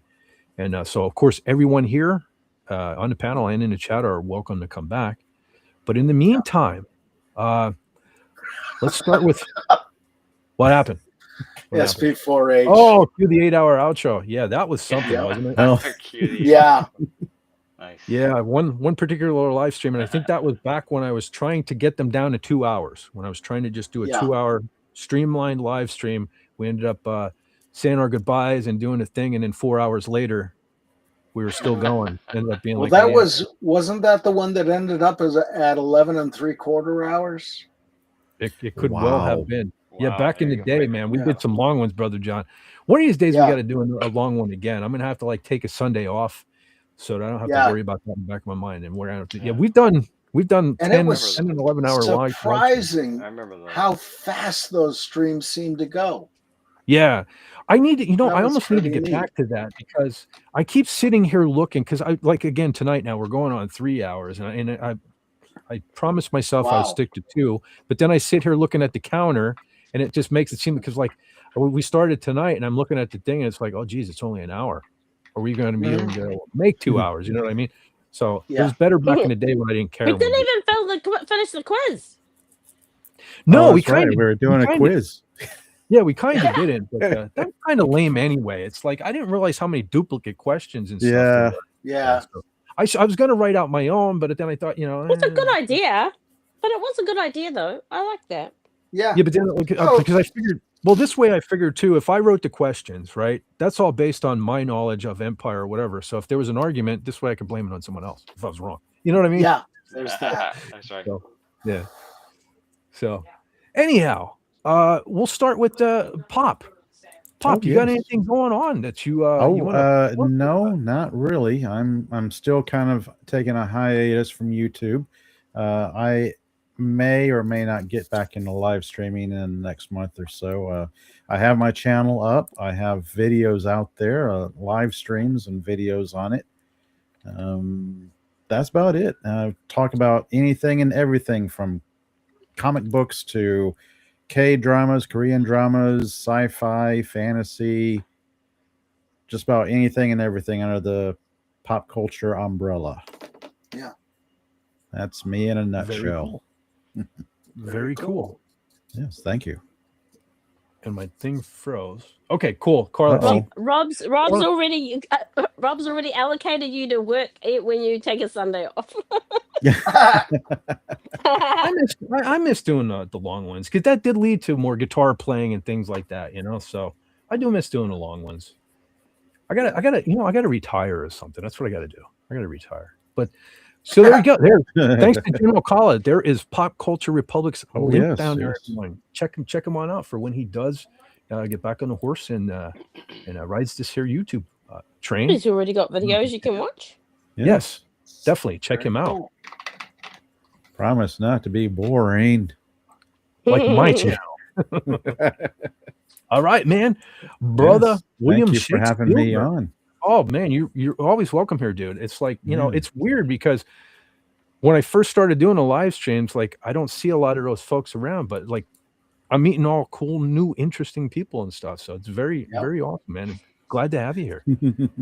Well, when you find new and cool, interesting people, please let me know. I don't know any myself. Oh, man, you're one of them, brother. I'm You certainly know not it. me. You wash your You're one mouth. of them. Yeah. You guys are cool and interesting, but don't include me in your elite club. I'm just here. Normally, I'm just in the chat because I just don't have the time, unfortunately. But this has been really a lot of fun, and something like this I enjoy coming on the panel with you guys because I love this. I love the original trilogy so much, and I have so many memories about it, and it seems like I've learned so much about it over the years, and I continue to want to learn more. So I love talking about it. Great. Yep. Very But cool. that's it. Nothing going on. I don't do my own live streaming right now. The best I can do is try to join one of your panels once in a while. I really appreciate you letting me on. Oh, Yeah. always welcome here too, dude. And like I said, next week, Return of the Jedi. I'll try to be a little more Yeah. lively next week, man. I Been a think rough You're fine. I think I can return next week without a problem. Yeah. I wish I missed Cool. last week. I was out of town. I'm dealing with parents, and this is going to be an ongoing concern for a little while, for a good Yeah. while. But but I don't know. Next week maybe there's some things maybe I can bring up about the first movie as well if we have time. Okay. Great. And Sounds good. also, I want to put a bookmark about the issue, the point that I brought up earlier, the Luke, Luke and Darth Vader, the decision about Darth Vader, whether or not he was Luke's father. Mhm. And we'll put a bookmark in that and save that for next week because I think it'll be fill in just fine for moving into the Return of the Jedi and what that meant for Yeah. that decision and how that kind of Okay. came about. It's another fascinating little tidbit about this. Great. Several people in the chat probably already know about this, but I want to talk about it. Sounds good, man. Sounds like a plan. Awesome. And we might as well throw that link out there too. I beat you, Carla, for once. I beat you. I got Rob Wright's link in there before. I beat the general. Good So job. I You did do. had to brag about that. I You actually do was ahead of have to. Carla. You Quick should. draw. You deserve that we're one. We're gonna pop up Carla's too there though. Yes, Rob Wright's channel, like because we did an awful lot of talking about that AI and stuff, and Rob's doing a good job of doing some reaction videos to that very thing. So go on over and check out Rob Wright's Gen X Pop Culture. Yeah. Yes. And And- also, and people who were active in the chat, like Andy and Spidey, I put their links in because it's and you just nice happen to of them go to over there, contribute. and you just happen to go over on Spidey stream, Carla. So it's not even a self plug. All right, cool. So unfortunately, I'm gonna have to take that down for a second because I'm gonna even though you're just an avatar, we're gonna bring up General Kala, which I'm trying to bring General Kala up. Oh, There look we at go. that. There I am. Ah. Hello. Look Oh, at that shoot. avatar. Yeah. Oh, Isn't yeah. it awesome? I have a Yep. guy. She knows somebody. Yes. There we go. There's Yeah. the link. Canadian Spider-Man's channel. I have a feeling you're going to tell us something about Canadian Spider-Man's channel, General Kala. Yeah. Well, yeah. I just do travel stream as much as I can. I do. I'll join him on his panel for his travel streams. He goes all around the world, and I ask him about all around the world. And yeah, we have a great time. We have there are other people that will come on sometimes as well. And yeah, so if you want to see some exotic locations, watch Spidey's travel stream. Very cool. Yeah. And hopefully we'll see you here again too, right? I hope. Mhm. Oh yeah. Well, do you want me to put your link in the chat? No, I think I know how to find my Okay. Cool. Yeah, pretty sure. All right. Very cool. Very cool. And thanks again, General Kala. Thanks again. You saved me earlier from making I kind of made an ass out of myself, but you kind of helped me fix that problem. And you're always on top of things, and we appreciate everything you do, not only for me, but for Xanadu. And the same goes for thanks. Brother SP4H as well. Two great wrenches for our overlord and future ruler. On the, so thank you for all that you do. Thank you. He is awesome. So, all right, Brother John, what you got going on, Brother John?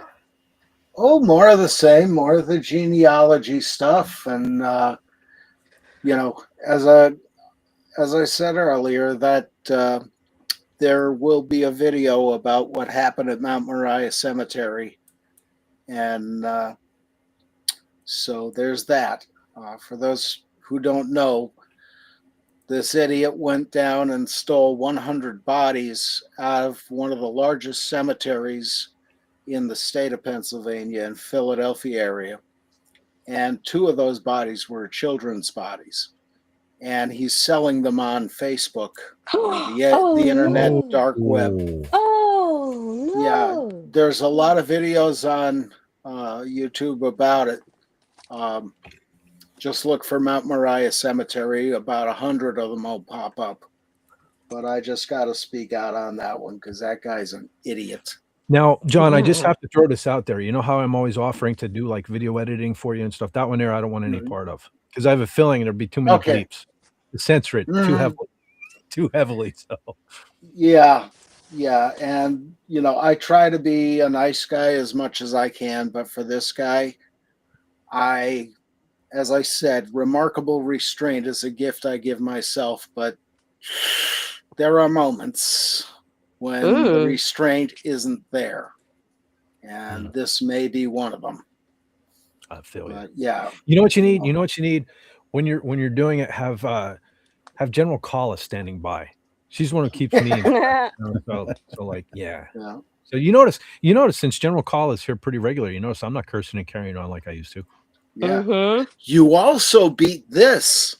Yeah, I'm not doing that as much too. Yeah. Yeah. I don't know. I'm glad that thing's gone. I'm not disco dancing anymore on the live stream. Yeah. That's a good- Now I got to beat this.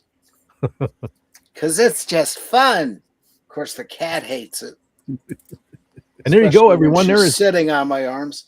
Brother John's link down there for the Feds Forever YouTube channel for when John puts out some new stuff for y'all to check out. Yeah. You can find it there. So, okay. As far as me, like I said, next week, Return of the Jedi. And I'm going to try to get more sleep before next week's show, so I'm a little more lively. So let me just glance at the chat real quick. We had Gray Invader say goodbye, KK. Yeah, thank God for that. I mean, if nothing else, even if Goodbye. Star Wars continues down the path it's done, at least she's, technically no Yeah. longer president and stuff like that. We can at least sleep a little easier, I suppose. But Wall of Slang wants to know, wasn't Darth Vader once considered to be the potential clone of Anakin Skywalker instead? I believe that was true. There were two. He was Anakin Starkiller and Darth Vader were two separate characters. Yeah. Originally. Initially. So yes. But that's not the tidbit for next week. There's more. You'll have to there's wait. more. Yeah. Ooh. Wait, Oh, there's yeah. more. We're not There's bringing it up more. now. Okay. We're out Sweet. of time. We're out of We- time. we- Have to tune But in wait, next there's week. more.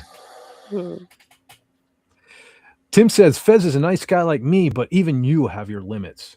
Yes, we all do. Rob Wright says, but Disco Fett is so cool. Not really. Not really. I don't know why I was doing that. I was doing it. I don't know.